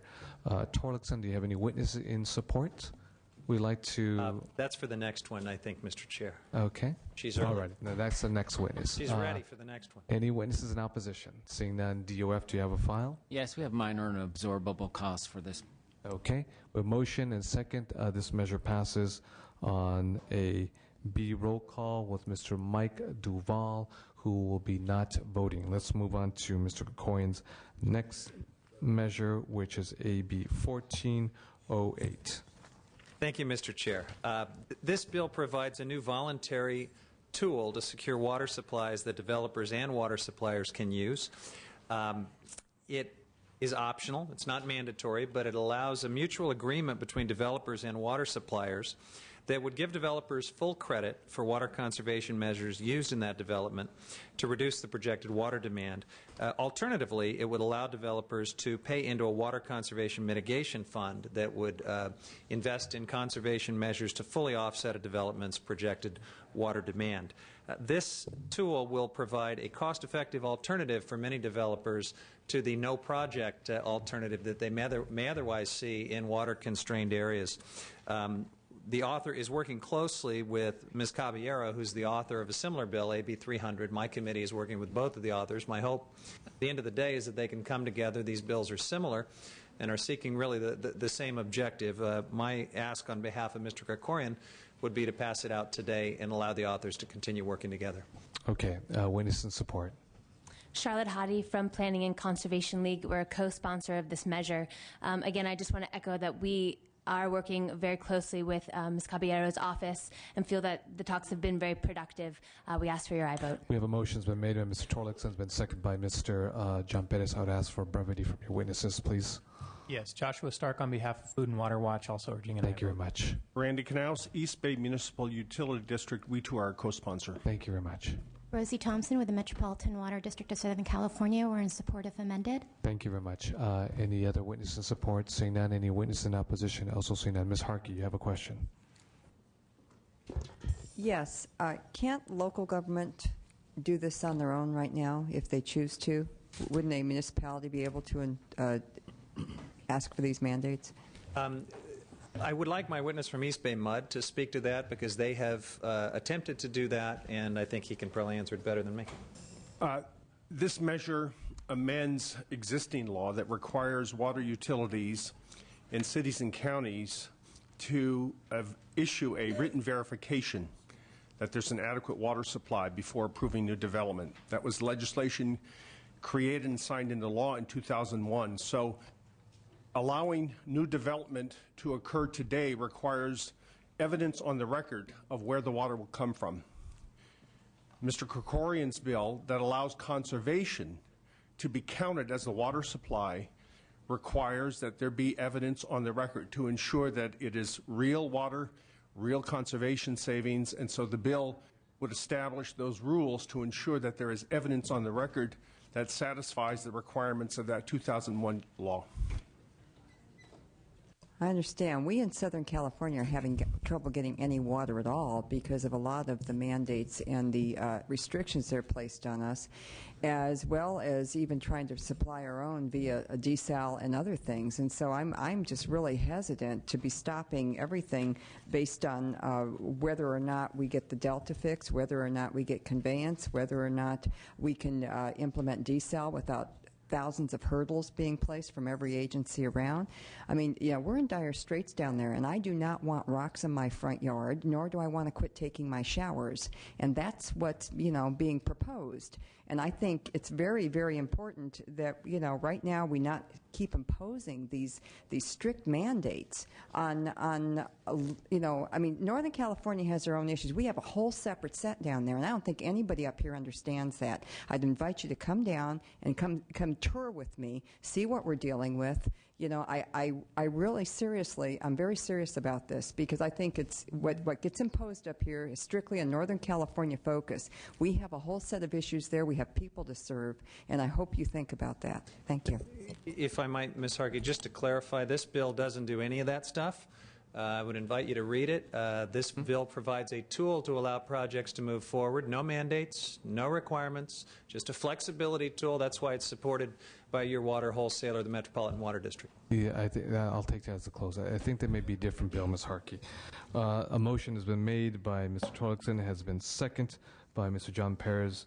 This motion passes, and it'll be roll call. Thank you very much, Mr. Hoffman. Mr. John Perez. There was opposition.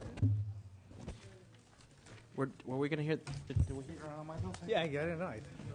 Yeah, we need. No, I apologize. I didn't even see we had witnesses in opposition. Mr. Huffman, I apologize. I didn't even see you there.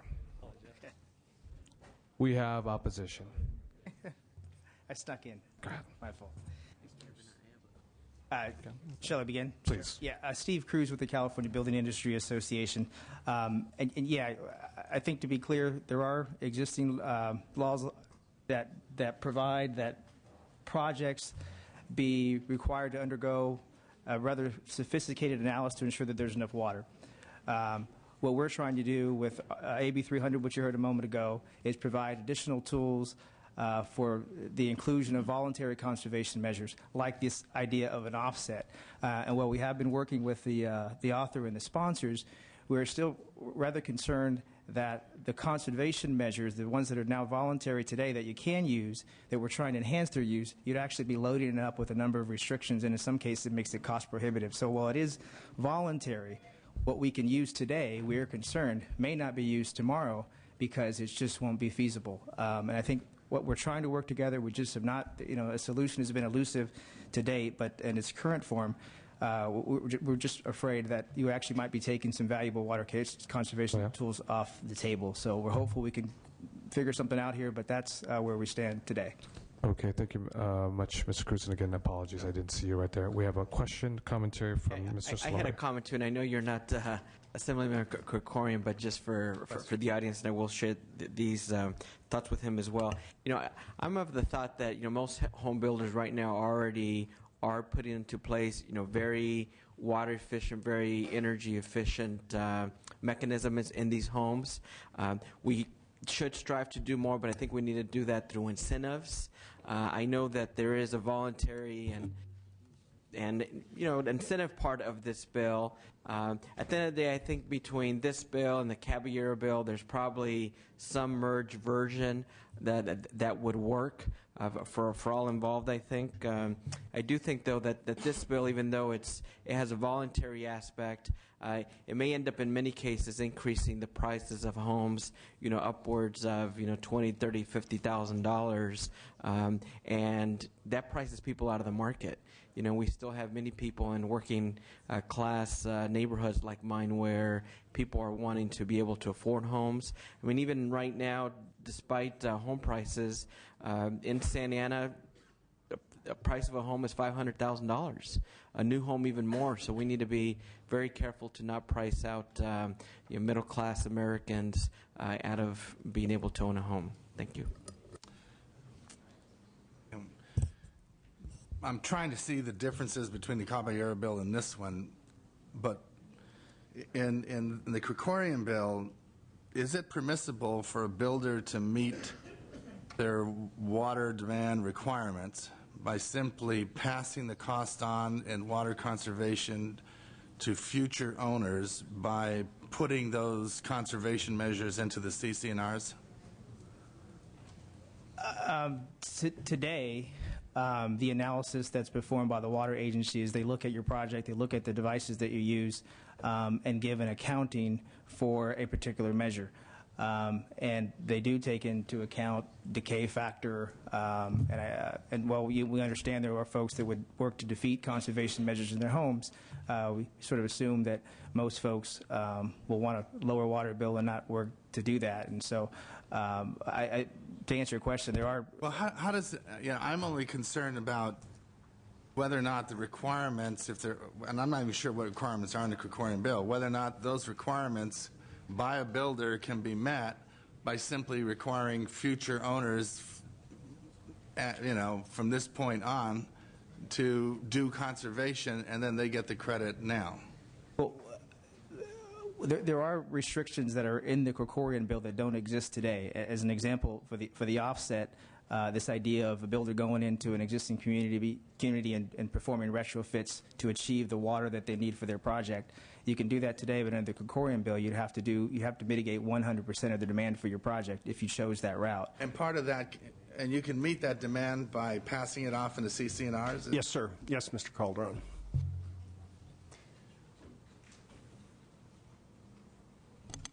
Any other questions from members? Mr. Fuentes? No, I want to echo the same concerns that have been mentioned, and yeah, I realize Mr. Krikorian isn't here, but I'm going to be reserving my vote at this point.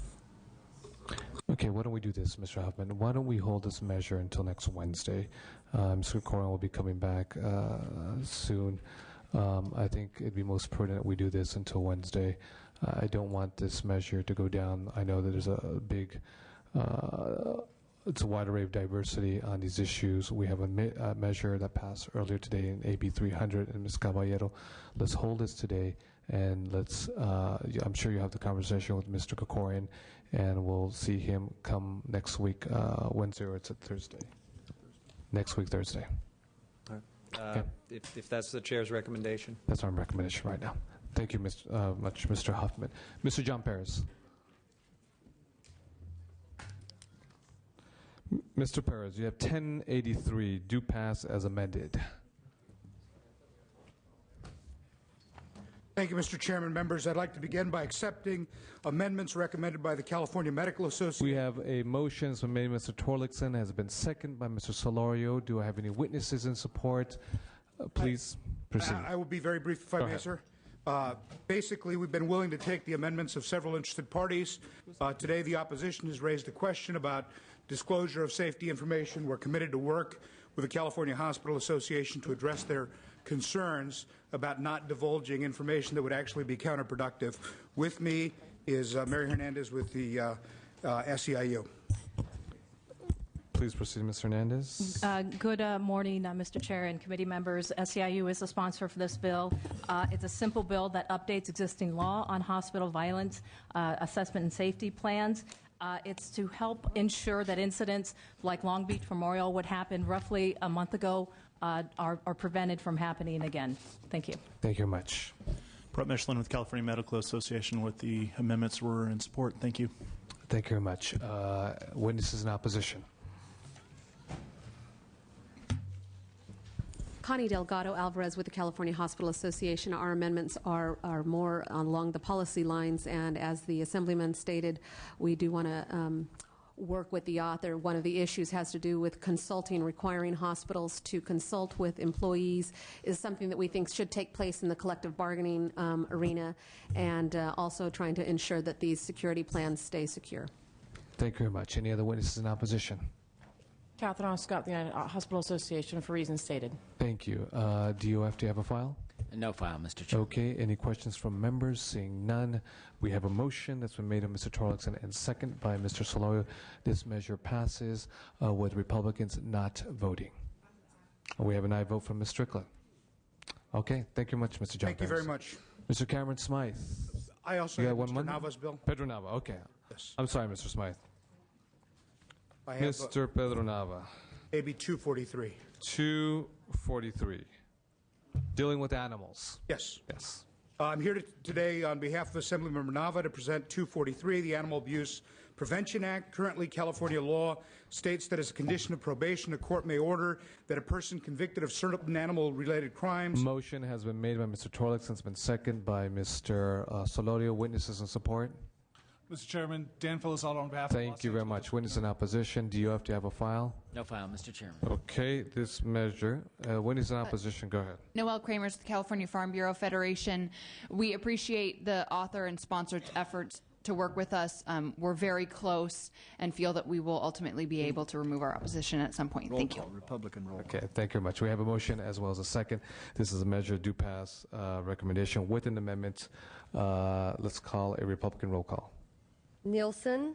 No. Nielsen, no. Duvall? Harkey? Harkey, aye. Miller? Strickland? Strickland, aye. Okay. Thank you very much, Mr. John Pettis, for Pedro Nav. Thank you. Have a good day. Now, Mr. Cameron Smythe.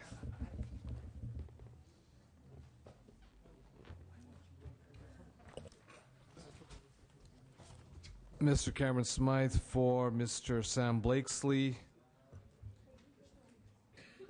Yes, thank you, Mr. Chairman. Presenting AB 1536, which expands the Self-Generation Incentive Program, or SGIP, to include energy storage systems.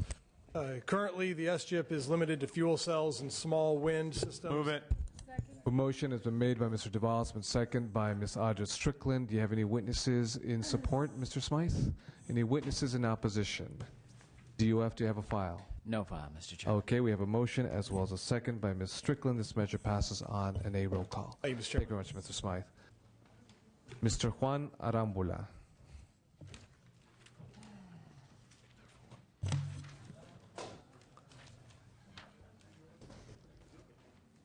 Mr. Juan Arambula, you have three measures before us today. One is a recommended due pass. Two are cast for suspense. Would you like to begin and end with AB 354?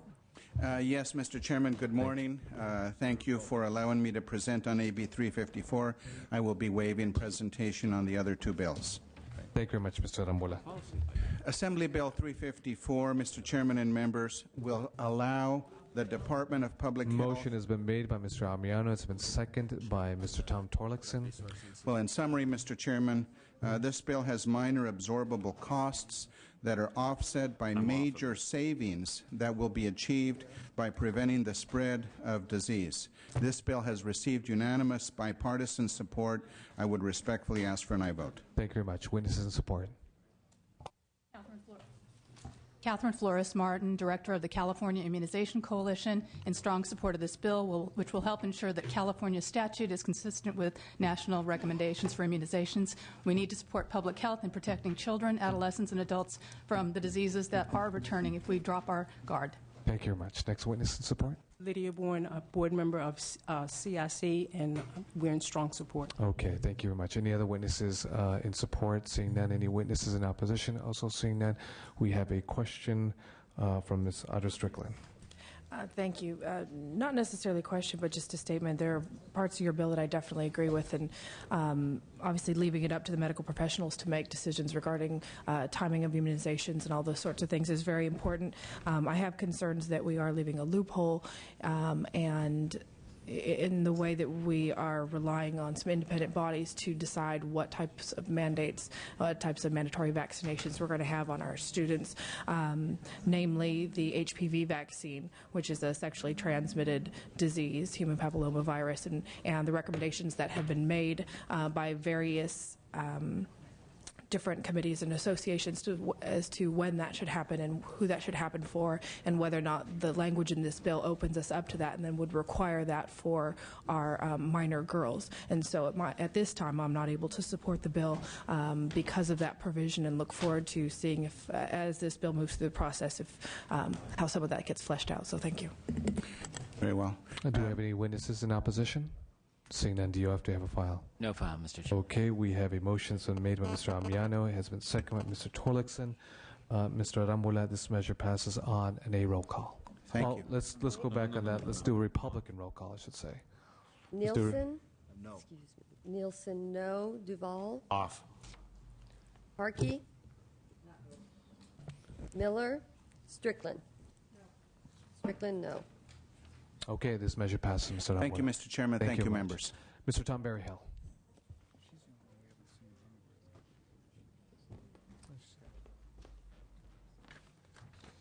Let's see. Good afternoon, Mr. Berryhill. Good afternoon.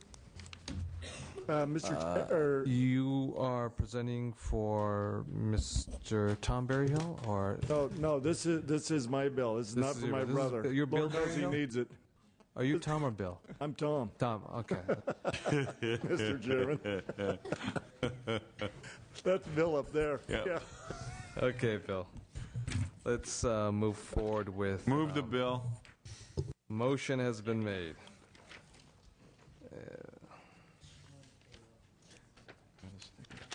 We're going to roll. Please open up the roll. Mr. Chairman, I ask for your aye vote. Okay, bear with me 1 second.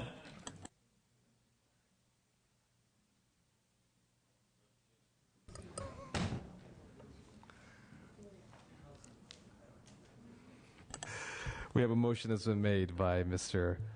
Duval. It's been seconded by Mr. Nielsen. I'll be happy to go through this, Mr. Chairman, if Yeah, you'd but like. let me ask you a question. Do you have any witnesses in support? I do. I have Mr. Mark Henley here. Please proceed. Mr. Chair, members, Mark Henley with the California Outdoor Heritage Alliance. This bill clarifies existing law as it relates to jurisdiction over the regulation of fish and game. There's no cost to the bill, as noted in the analysis, are negligible costs. We urge your support. Thank you. Okay. Any other witnesses in support? Seeing none. Any witnesses in opposition? Also seeing none. Do you have a file? Yes, Mr. Chairman, we have no cost for this. Okay, this measure passes on an A roll call with Ms. Skinner as well as Mr. Mayano non-voting. I do have one other measure also, Mr. Chairman. And who would that be for, Mr. Berryhill? be That'd be AB 1423. Go right ahead. 1423. Share This is program. even a simpler bill. Okay. It updates existing law to provide several revenue enhancements for the Department of Fish and Game. Changes made to the successful share program will help California compete for federal funds. Okay.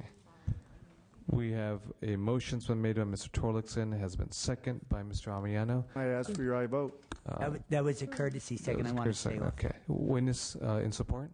Jason Ryan with California Outdoor Heritage Alliance. We are the sponsor of this bill. Very minor costs will all be covered by user fees. Ask for your aye vote. Okay. Any witnesses in opposition? Seeing none, do you have a file? Yes, Mr. Chairman, we have a cost of $50,000 that could be funded by fees. Okay. This measure passes an A roll call with Mr. Amiano giving you a courtesy motion, or I should say a second. He will be not voting on this measure. Thank you. Thank you, Mr. very Chairman. much. Mr. Feuer.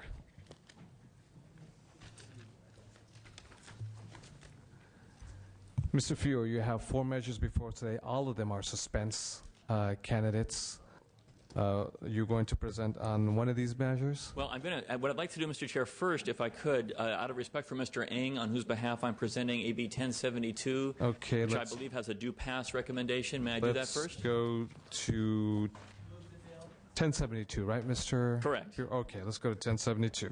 1072, bipartisan support, due pass recommendation, provides transit operators with the predictability they need by saying that all future allocations from Prop 1B for transportation projects that are public transit capital projects should have the same formula attached to them as has been true previously. No new appropriation, no new money, just gives transit operators the predictability of being able to rely on the past funding allocations as they move forward. Mr. Feuer, we have a motion by Mr. Amiano. We have a second by Ms. Harkey. Witnesses in support? Thank you, Mr. Chair. Members, Gus Corey on behalf of the California Transit Association. We are the sponsor. Ask for your aye vote. Thank you very much. In support, Mr. Chair, LA County MTA in support as well. Thank you very much, Mr. McKelly. Again, we have a motion that's been made by Mr. Amiano. We have a second by Ms. Harkey.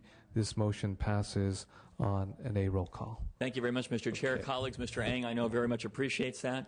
Now, if I could, I'd like to waive presentation on a couple bills, but make just a half-second statement about them. AB 590 is the bill that provides a pilot project for a civil right to counsel when people have the basic necessities of life at stake. It's fully fee-supported. I know it's going to suspense, but it would be a landmark in the country in these economically critical times to give people about to lose their homes, for example, in a pilot project, the right to have a lawyer, fully fee-supported. The other bill I want to just allude to and waive presentation on is AB 91. This is a bill many of you have voted for previously. It's a bill to provide a pilot project where we require ignition interlock devices to be installed for drunk driving offenders who are first offenders. It's an extremely important bill. It's garnered no votes in its 2 policy committees, and that'll be very important when it gets off of suspense to move forward to the floor. And now, if I could, Mr. Chair, could I make a brief presentation on AB 1372? 1372. Go right ahead. Okay, again, very concisely, given the hour and the schedule you have. We call Georgia peanuts, caused a national health problem because they were tainted with salmonella. The peanut butter manufacturers are spending hundreds of millions of dollars to recuperate from that. Not long thereafter, California pistachios had a problem, then Chinese spices that were imported into California, now alfalfa sprouts. This legislation is critical food safety legislation. It basically requires three things. It says to the state and to food processors in California, first, there are currently voluntary programs that are basically food safety plans. They're called HACCP plans, which stands for Hazard Analysis Critical Control Points. It's a plan that is voluntarily in place under which food processors identify each step where food could be tainted and take steps to make sure that it's not. Those should be mandatory. Second thing the bill does is it requires testing periodically of food. I was astonished to learn that there is no testing requirement of most food in California that's processed right now. Nor is there a requirement, if you voluntarily test, to tell anybody about the results, even if they're really bad results. That was a problem in other states. This bill says if you find in your testing that there is a contaminant in the food, you got to tell the state about it. It's going to be a very important piece of legislation in a year when Californians are eager for us to assure that the food they put on their tables is of high quality. It's going to suspense, and I'll urge your support at that point. Mr. Chair, I appreciate the deference to be allowed to present very briefly on these matters. Thank you very much. Thank you very much, Mr. Fear. We will continue to work closely on the measures. Thank you. Thank you. Have a good day. Ms. Galgiani. Ms. Galgiani, we got two supports on her. Ms. Galgiani, good afternoon. You have one measure before us today. One is on consent, and one is a due pass recommendation. Move the bill. It's AB 1014. We have a motion by Mr. Duvall and a second by Mr. Torlakson. Thank you, Mr. Chair and members. AB 1014 will be self-funded as the costs associated with the bill will be covered by currently existing DMV licensing fees. I can go on, but otherwise I ask for your aye vote. Thank you very much. Witness and support. Gary Conroy, Mr. Chair, members, Western United Dairymen, sponsor and support. Okay, next witness. Mr. Chair and members, Crystal Jack on behalf of the Far West Equipment Dealers Association in support. Okay, any other witnesses in support? Seeing none, any witnesses in opposition? Seeing none, we have a question from Ms. Strickland. Hi. This is something I think as a big ag community out in Ventura County, something we would support as well too, and would like to work with you to include Ventura in the list of counties that are eligible for this program. Wonderful. I welcome that. Thank you. Okay. Any other questions from members? Seeing none, we have a motion that's been made. Do we have any witnesses in opposition, I should say? None in opposition. We have a motion by Mr. Duvall and a second by Mr. Torlakson. DOF, do you have a file? No file, Mr. Chair. Okay. Ms. Galgiani, your measure passes. Thank you. On an A roll call. Thank you. Okay, we're going to go to committee members right now. We are still waiting for Mr. Emerson.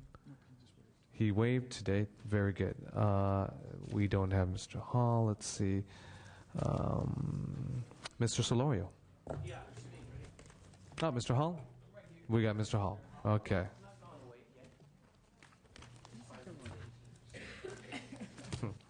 Mr. Hall, you have three measures before us today. Two are cast for suspense. One is a due pass recommendation. That's AB 678. Thank you. I do commend you for your sartorial selection today. You look very sharp, my man. You know, you are a gentleman and a scholar. I don't know in which order, but perhaps a scholar and a gentleman. But your vision is always blurred, Mr. Dean. We are on the home stretch, so let's go with AB 678. Move the bill. Mr. Motion's been made by Mr. Solorio. It's been seconded by Mr. Torlakson. Mr. Hall, do you have any witnesses in support? I do not. Any witnesses in opposition? DOF, do you have a file? No file, Mr. Chairman. I respectfully ask for your aye vote. Thank you very much, Mr. Hall, for your very succinct and compelling testimony. Your measure does pass on a B roll call.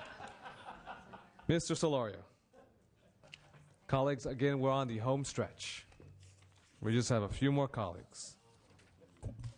Thank you, Chairman and members. Which one is it? I have a couple of bills that are due pass, starting with AB 296. This bill would increase access to tutoring programs for low-performing schools. I ask for your aye vote. Okay, very good. Witnesses in support. Barrett Snyder on behalf of Rocket Learning in support. Please proceed. Opposition? Opposition in support. Virginia Strom- Opposition in opposition. Virginia Strom Martin on behalf of LA Unified School District. We'd like to commend the author for working with us diligently on coming to an agreement on the bill. We'll continue to work with him, but for now we are still opposed. Thank you. Okay, very good. Any more witnesses in opposition? Seeing none. Mr. Solor, you know this is a due recommended with an amendment also to with Yes, the measure. we do accept the amendments, and we'll continue to work with LA Unified. I do want to thank you for your leadership on this issue. This is an issue that was brought to my attention. Obviously, with regards to Nickleby, is not a program at the federal level that I've supported, but I know it's law and it's with us. It's reality. The supplemental education component of Nickleby was also a subcomponent of the measure that I never was fully in support of, but nonetheless, it is law, it's our reality. So we're dealing with the local issue and how we actually get campuses to open up to supply these types of services for the lower decile schools for the kids who need it. So thank you very much for your support for this measure. We have a motion that's been made by Mr. Amillano. We have a second by Mr. Fuentes.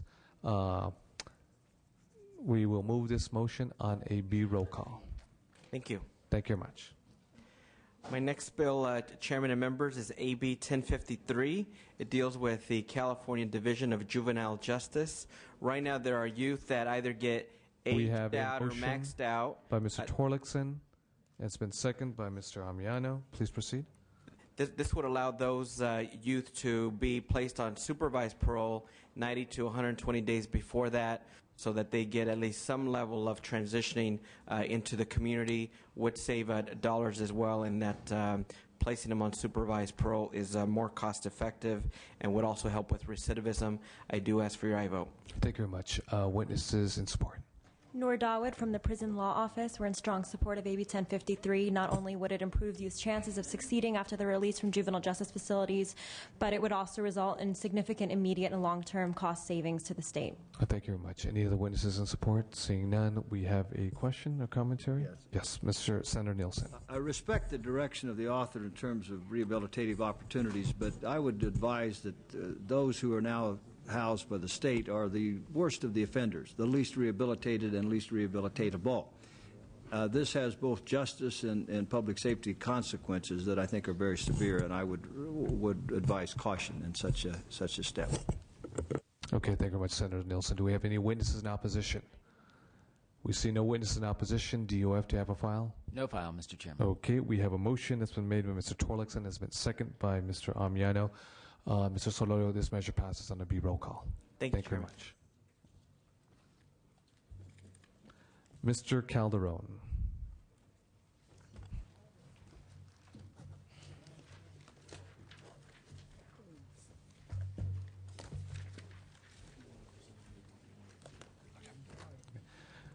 Yes, Mr. Calderon, you have 5 measures before us today. 2 are due pass recommended. 1 is on consent, and 2 are cast for suspense. Would you like to move forward with your committee bill from Revenue Tax and AB 1546? Right. If it pleases you, Mr. Chairman and members, I'll waive presentation on all the suspense items. One of them. Thank you very much, Mr. Calderon. Passes on consent, and I'll present this bill, which is very, very, very simple and fundamental. And I'll start explaining what this bill does by explaining what happens to when you have a corporation and you go inactive. If you want to revive that corporation, you got to pay all delinquent taxes, and you have to pay all delinquent penalties before your status can be revived. This bill will apply the same requirement to limited partnerships. We have a motion that has been made by Mr. Armiano. It's been seconded by Mr. Torlakson. Please proceed, Mr. Calderon. I want to give you the respect and courtesy that you deserve. So it actually does 2 things. So it does that. It makes limited partnerships the same as corporations, and then it also it would revise the percentages used to determine the amount of estimated tax payments under the annualized income installment method to be consistent with the recently enacted laws. And I have Mr. Butler here from FTB, who is the sponsor of the bill, to answer any technical questions. Ask for an aye vote. Okay. FTB? Yes, Brian Putler, FTB. As Mr. Calderon said, the FTB is the sponsor of the limited partnership portion of the bill. The board has not had an opportunity to take a position yet on the remaining part of the bill, but I'm here to answer any technical questions you may have. Thank you very much. Next witness. All right. Seeing none, anyone in opposition? Seeing none, we have a motion that's been made by Mr. Amiano. We have a second by Mr. Torlakson. This measure passes. Mr. Calderon, on a B roll call. Why don't we go to your next committee bill, which is 1547. Yes, and Mr. Chairman, this measure implements various technical and, up to this point, non-controversial tax proposals being sponsored by the Board of Equalization. The motion has been made by Mr. Amiano. It's been seconded by Mr. Torlakson. Mr. Calderon, do you have any witnesses in support of this measure? Please proceed. John Abbott, Board of Equalization. The board is sponsoring this bill. Thank you very much. Any other witnesses, Mr. Calderon, in support? Yes. Seeing none. Any witnesses in opposition? Also seeing none. Do you have to have a file? No file, Mr. Chairman. Thank you very much. We have a measure that is before us, committee bill from Mr. Chuck Calderon. Motion has been made by Mr. Amiano. It's been seconded by Mr. Torlakson. Mr. Calderon, your measure again passes on a B roll call. Thank you very much. Mr. Felipe Fuentes.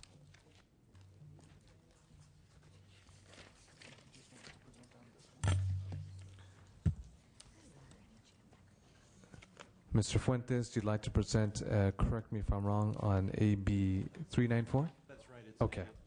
Defense candidate bill, Mr. Chair, and thank you for your willingness to listen. AB 394 is a very expensive bill and will cost the state even more if we don't actually pursue the direction or at least the goals of this bill. It's an important bill that ensures that California does everything it can to execute a complete count in the upcoming 2010 census. We are less than a year away, and as we know, the undercount really prevents us from getting our fair share from Washington, D.C. when it comes to federal dollars. We've all heard the estimates that we get a return of 78 cents on the dollar that we send to Washington, D.C.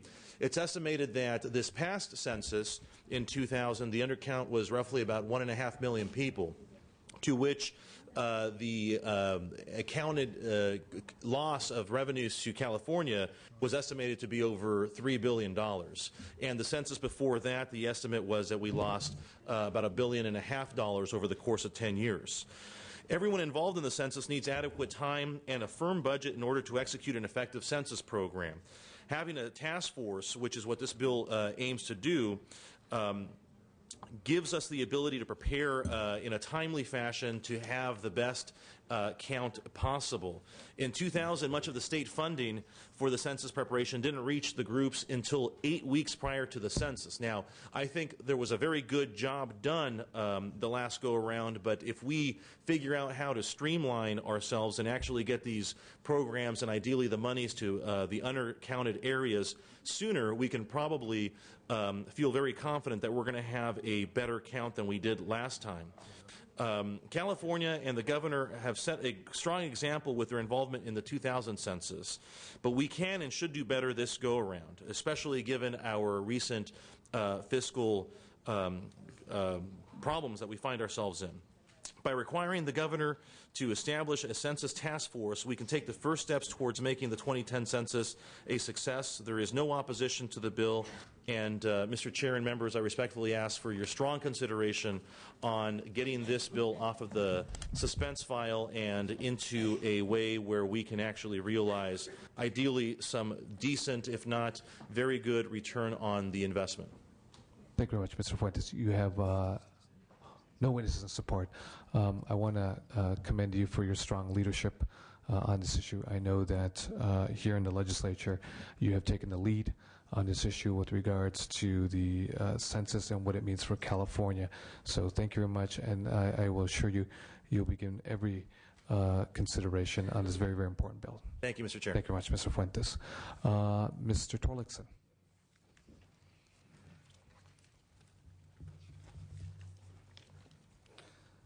Mr. Torlakson, you have two measures before us today. Both are candidates for suspense. I suspect you'd like to speak to one of them. Correct. Thank you, Mr. Chairman. And this is a candidate for suspense, as you said, and just want to give a little quick background as to why I wanted this explanation on the record. It's a little bit unusual, but an author of legislation let me just that clarify. began the after-school program measures. So it is 1349 then? It is 1349. Okay, please proceed. Correct. This relates to aligning Prop 49 with Prop 98, and having been back in 1998 one of the authors of the original after-school program, and then in 2006 the investment of the money from the Prop 49 into after-school programs, you'd wonder why I'd have a bill that would allow cuts to be made more easily to the after-school programs. They serve a vital function. They're now in 4,000 schools. Crime is reduced in those neighborhoods. Kids learn. Kids get attached to school. But we think it's fair share and fair that these after-school programs would have to tighten their belts along with Prop 98. What I don't want to see happen is a situation where a movement comes to undo the program altogether and make it a target. Right now, it has been held harmless from some of the budget cuts. The after-school program community itself actually is a great partnership with our school districts and with our cities, but is in favor of taking its fair share of belt tightening when the budget comes and when Prop 98 has to take adjustments. So I urge your consideration on suspense, and we have witnesses. We have one of the best programs, LA Best after-school programs. Rand Martin is here as one of the after-school program folks that are in favor of this legislation. Mr. Chair and members, actually, Rand Martin, actually, on behalf of three of the programs, LA's Best in LA, After School All Stars in LA, and the Bay Area Partnership for Children and Youth. All three are in support of this bill, as is most of the community that has weighed in. We support it simply because we want some certainty as to cuts in future budget years. There has been uncertainty over the last 18 months as we've fought these horrible budgets, and we would like some certainty in future years. This bill would provide that for us. Thank you. Thank you very much. Mr. Torlakson, any other more witnesses in support? Nope. Thank you very seeing much. none. Any witnesses in opposition? Okay. Thank you very much, Mr. Torlakson. Ms. Skinner.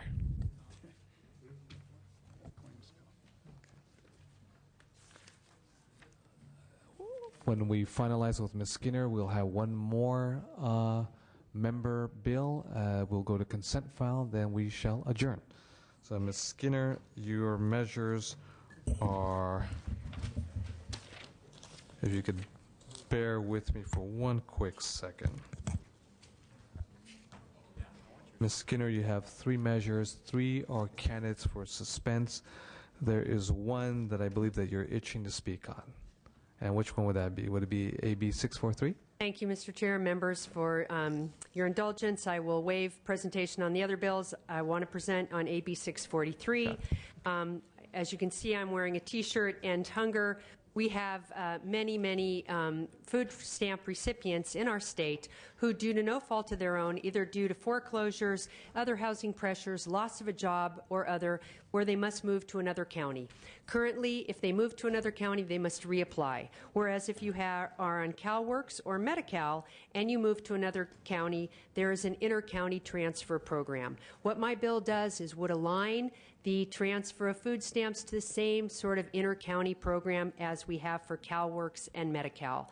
The bill is estimated at only $15,000 in a one-time only cost above the suspense limit. It will ultimately save the state money, as the counties will have less administration if they are doing the intertransfer versus a whole new reapplication for food stamp recipients. I do have a witness in support of the bill. Two. Yeah, my name is Kevin Aslam, Coalition California Welfare Rights Organizations, and the application process is very comprehensive. You have to go in there, apply. It takes a couple of hours. It's a lot of work time. Whereas inter-county transfer, simply they fill out one form and mail it to the other county, and that's the end of the process. So this will save money, and it's good for people. Thank you.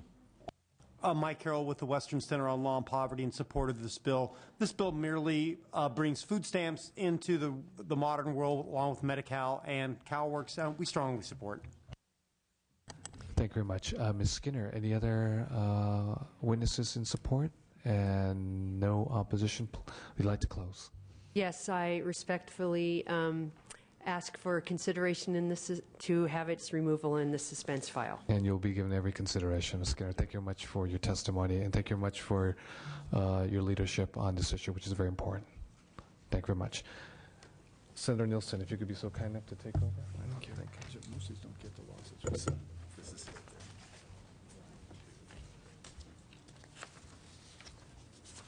Okay. Yeah, no. Don't dare. Don't dare. Mr. Chairman, please. Is that a movie?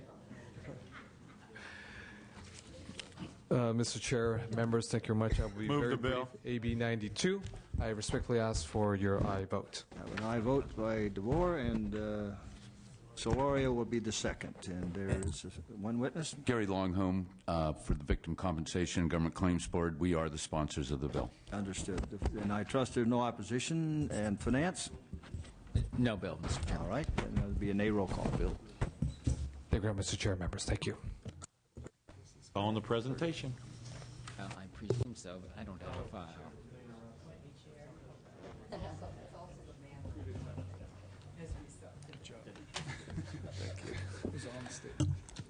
Members, the business for the Appropriations Committee has been completed and finalized. We will now move to the consent calendar. We have a total of 37 measures on the consent file. I need a motion from Mr. Solorio has given me the motion. We have a second by Mr.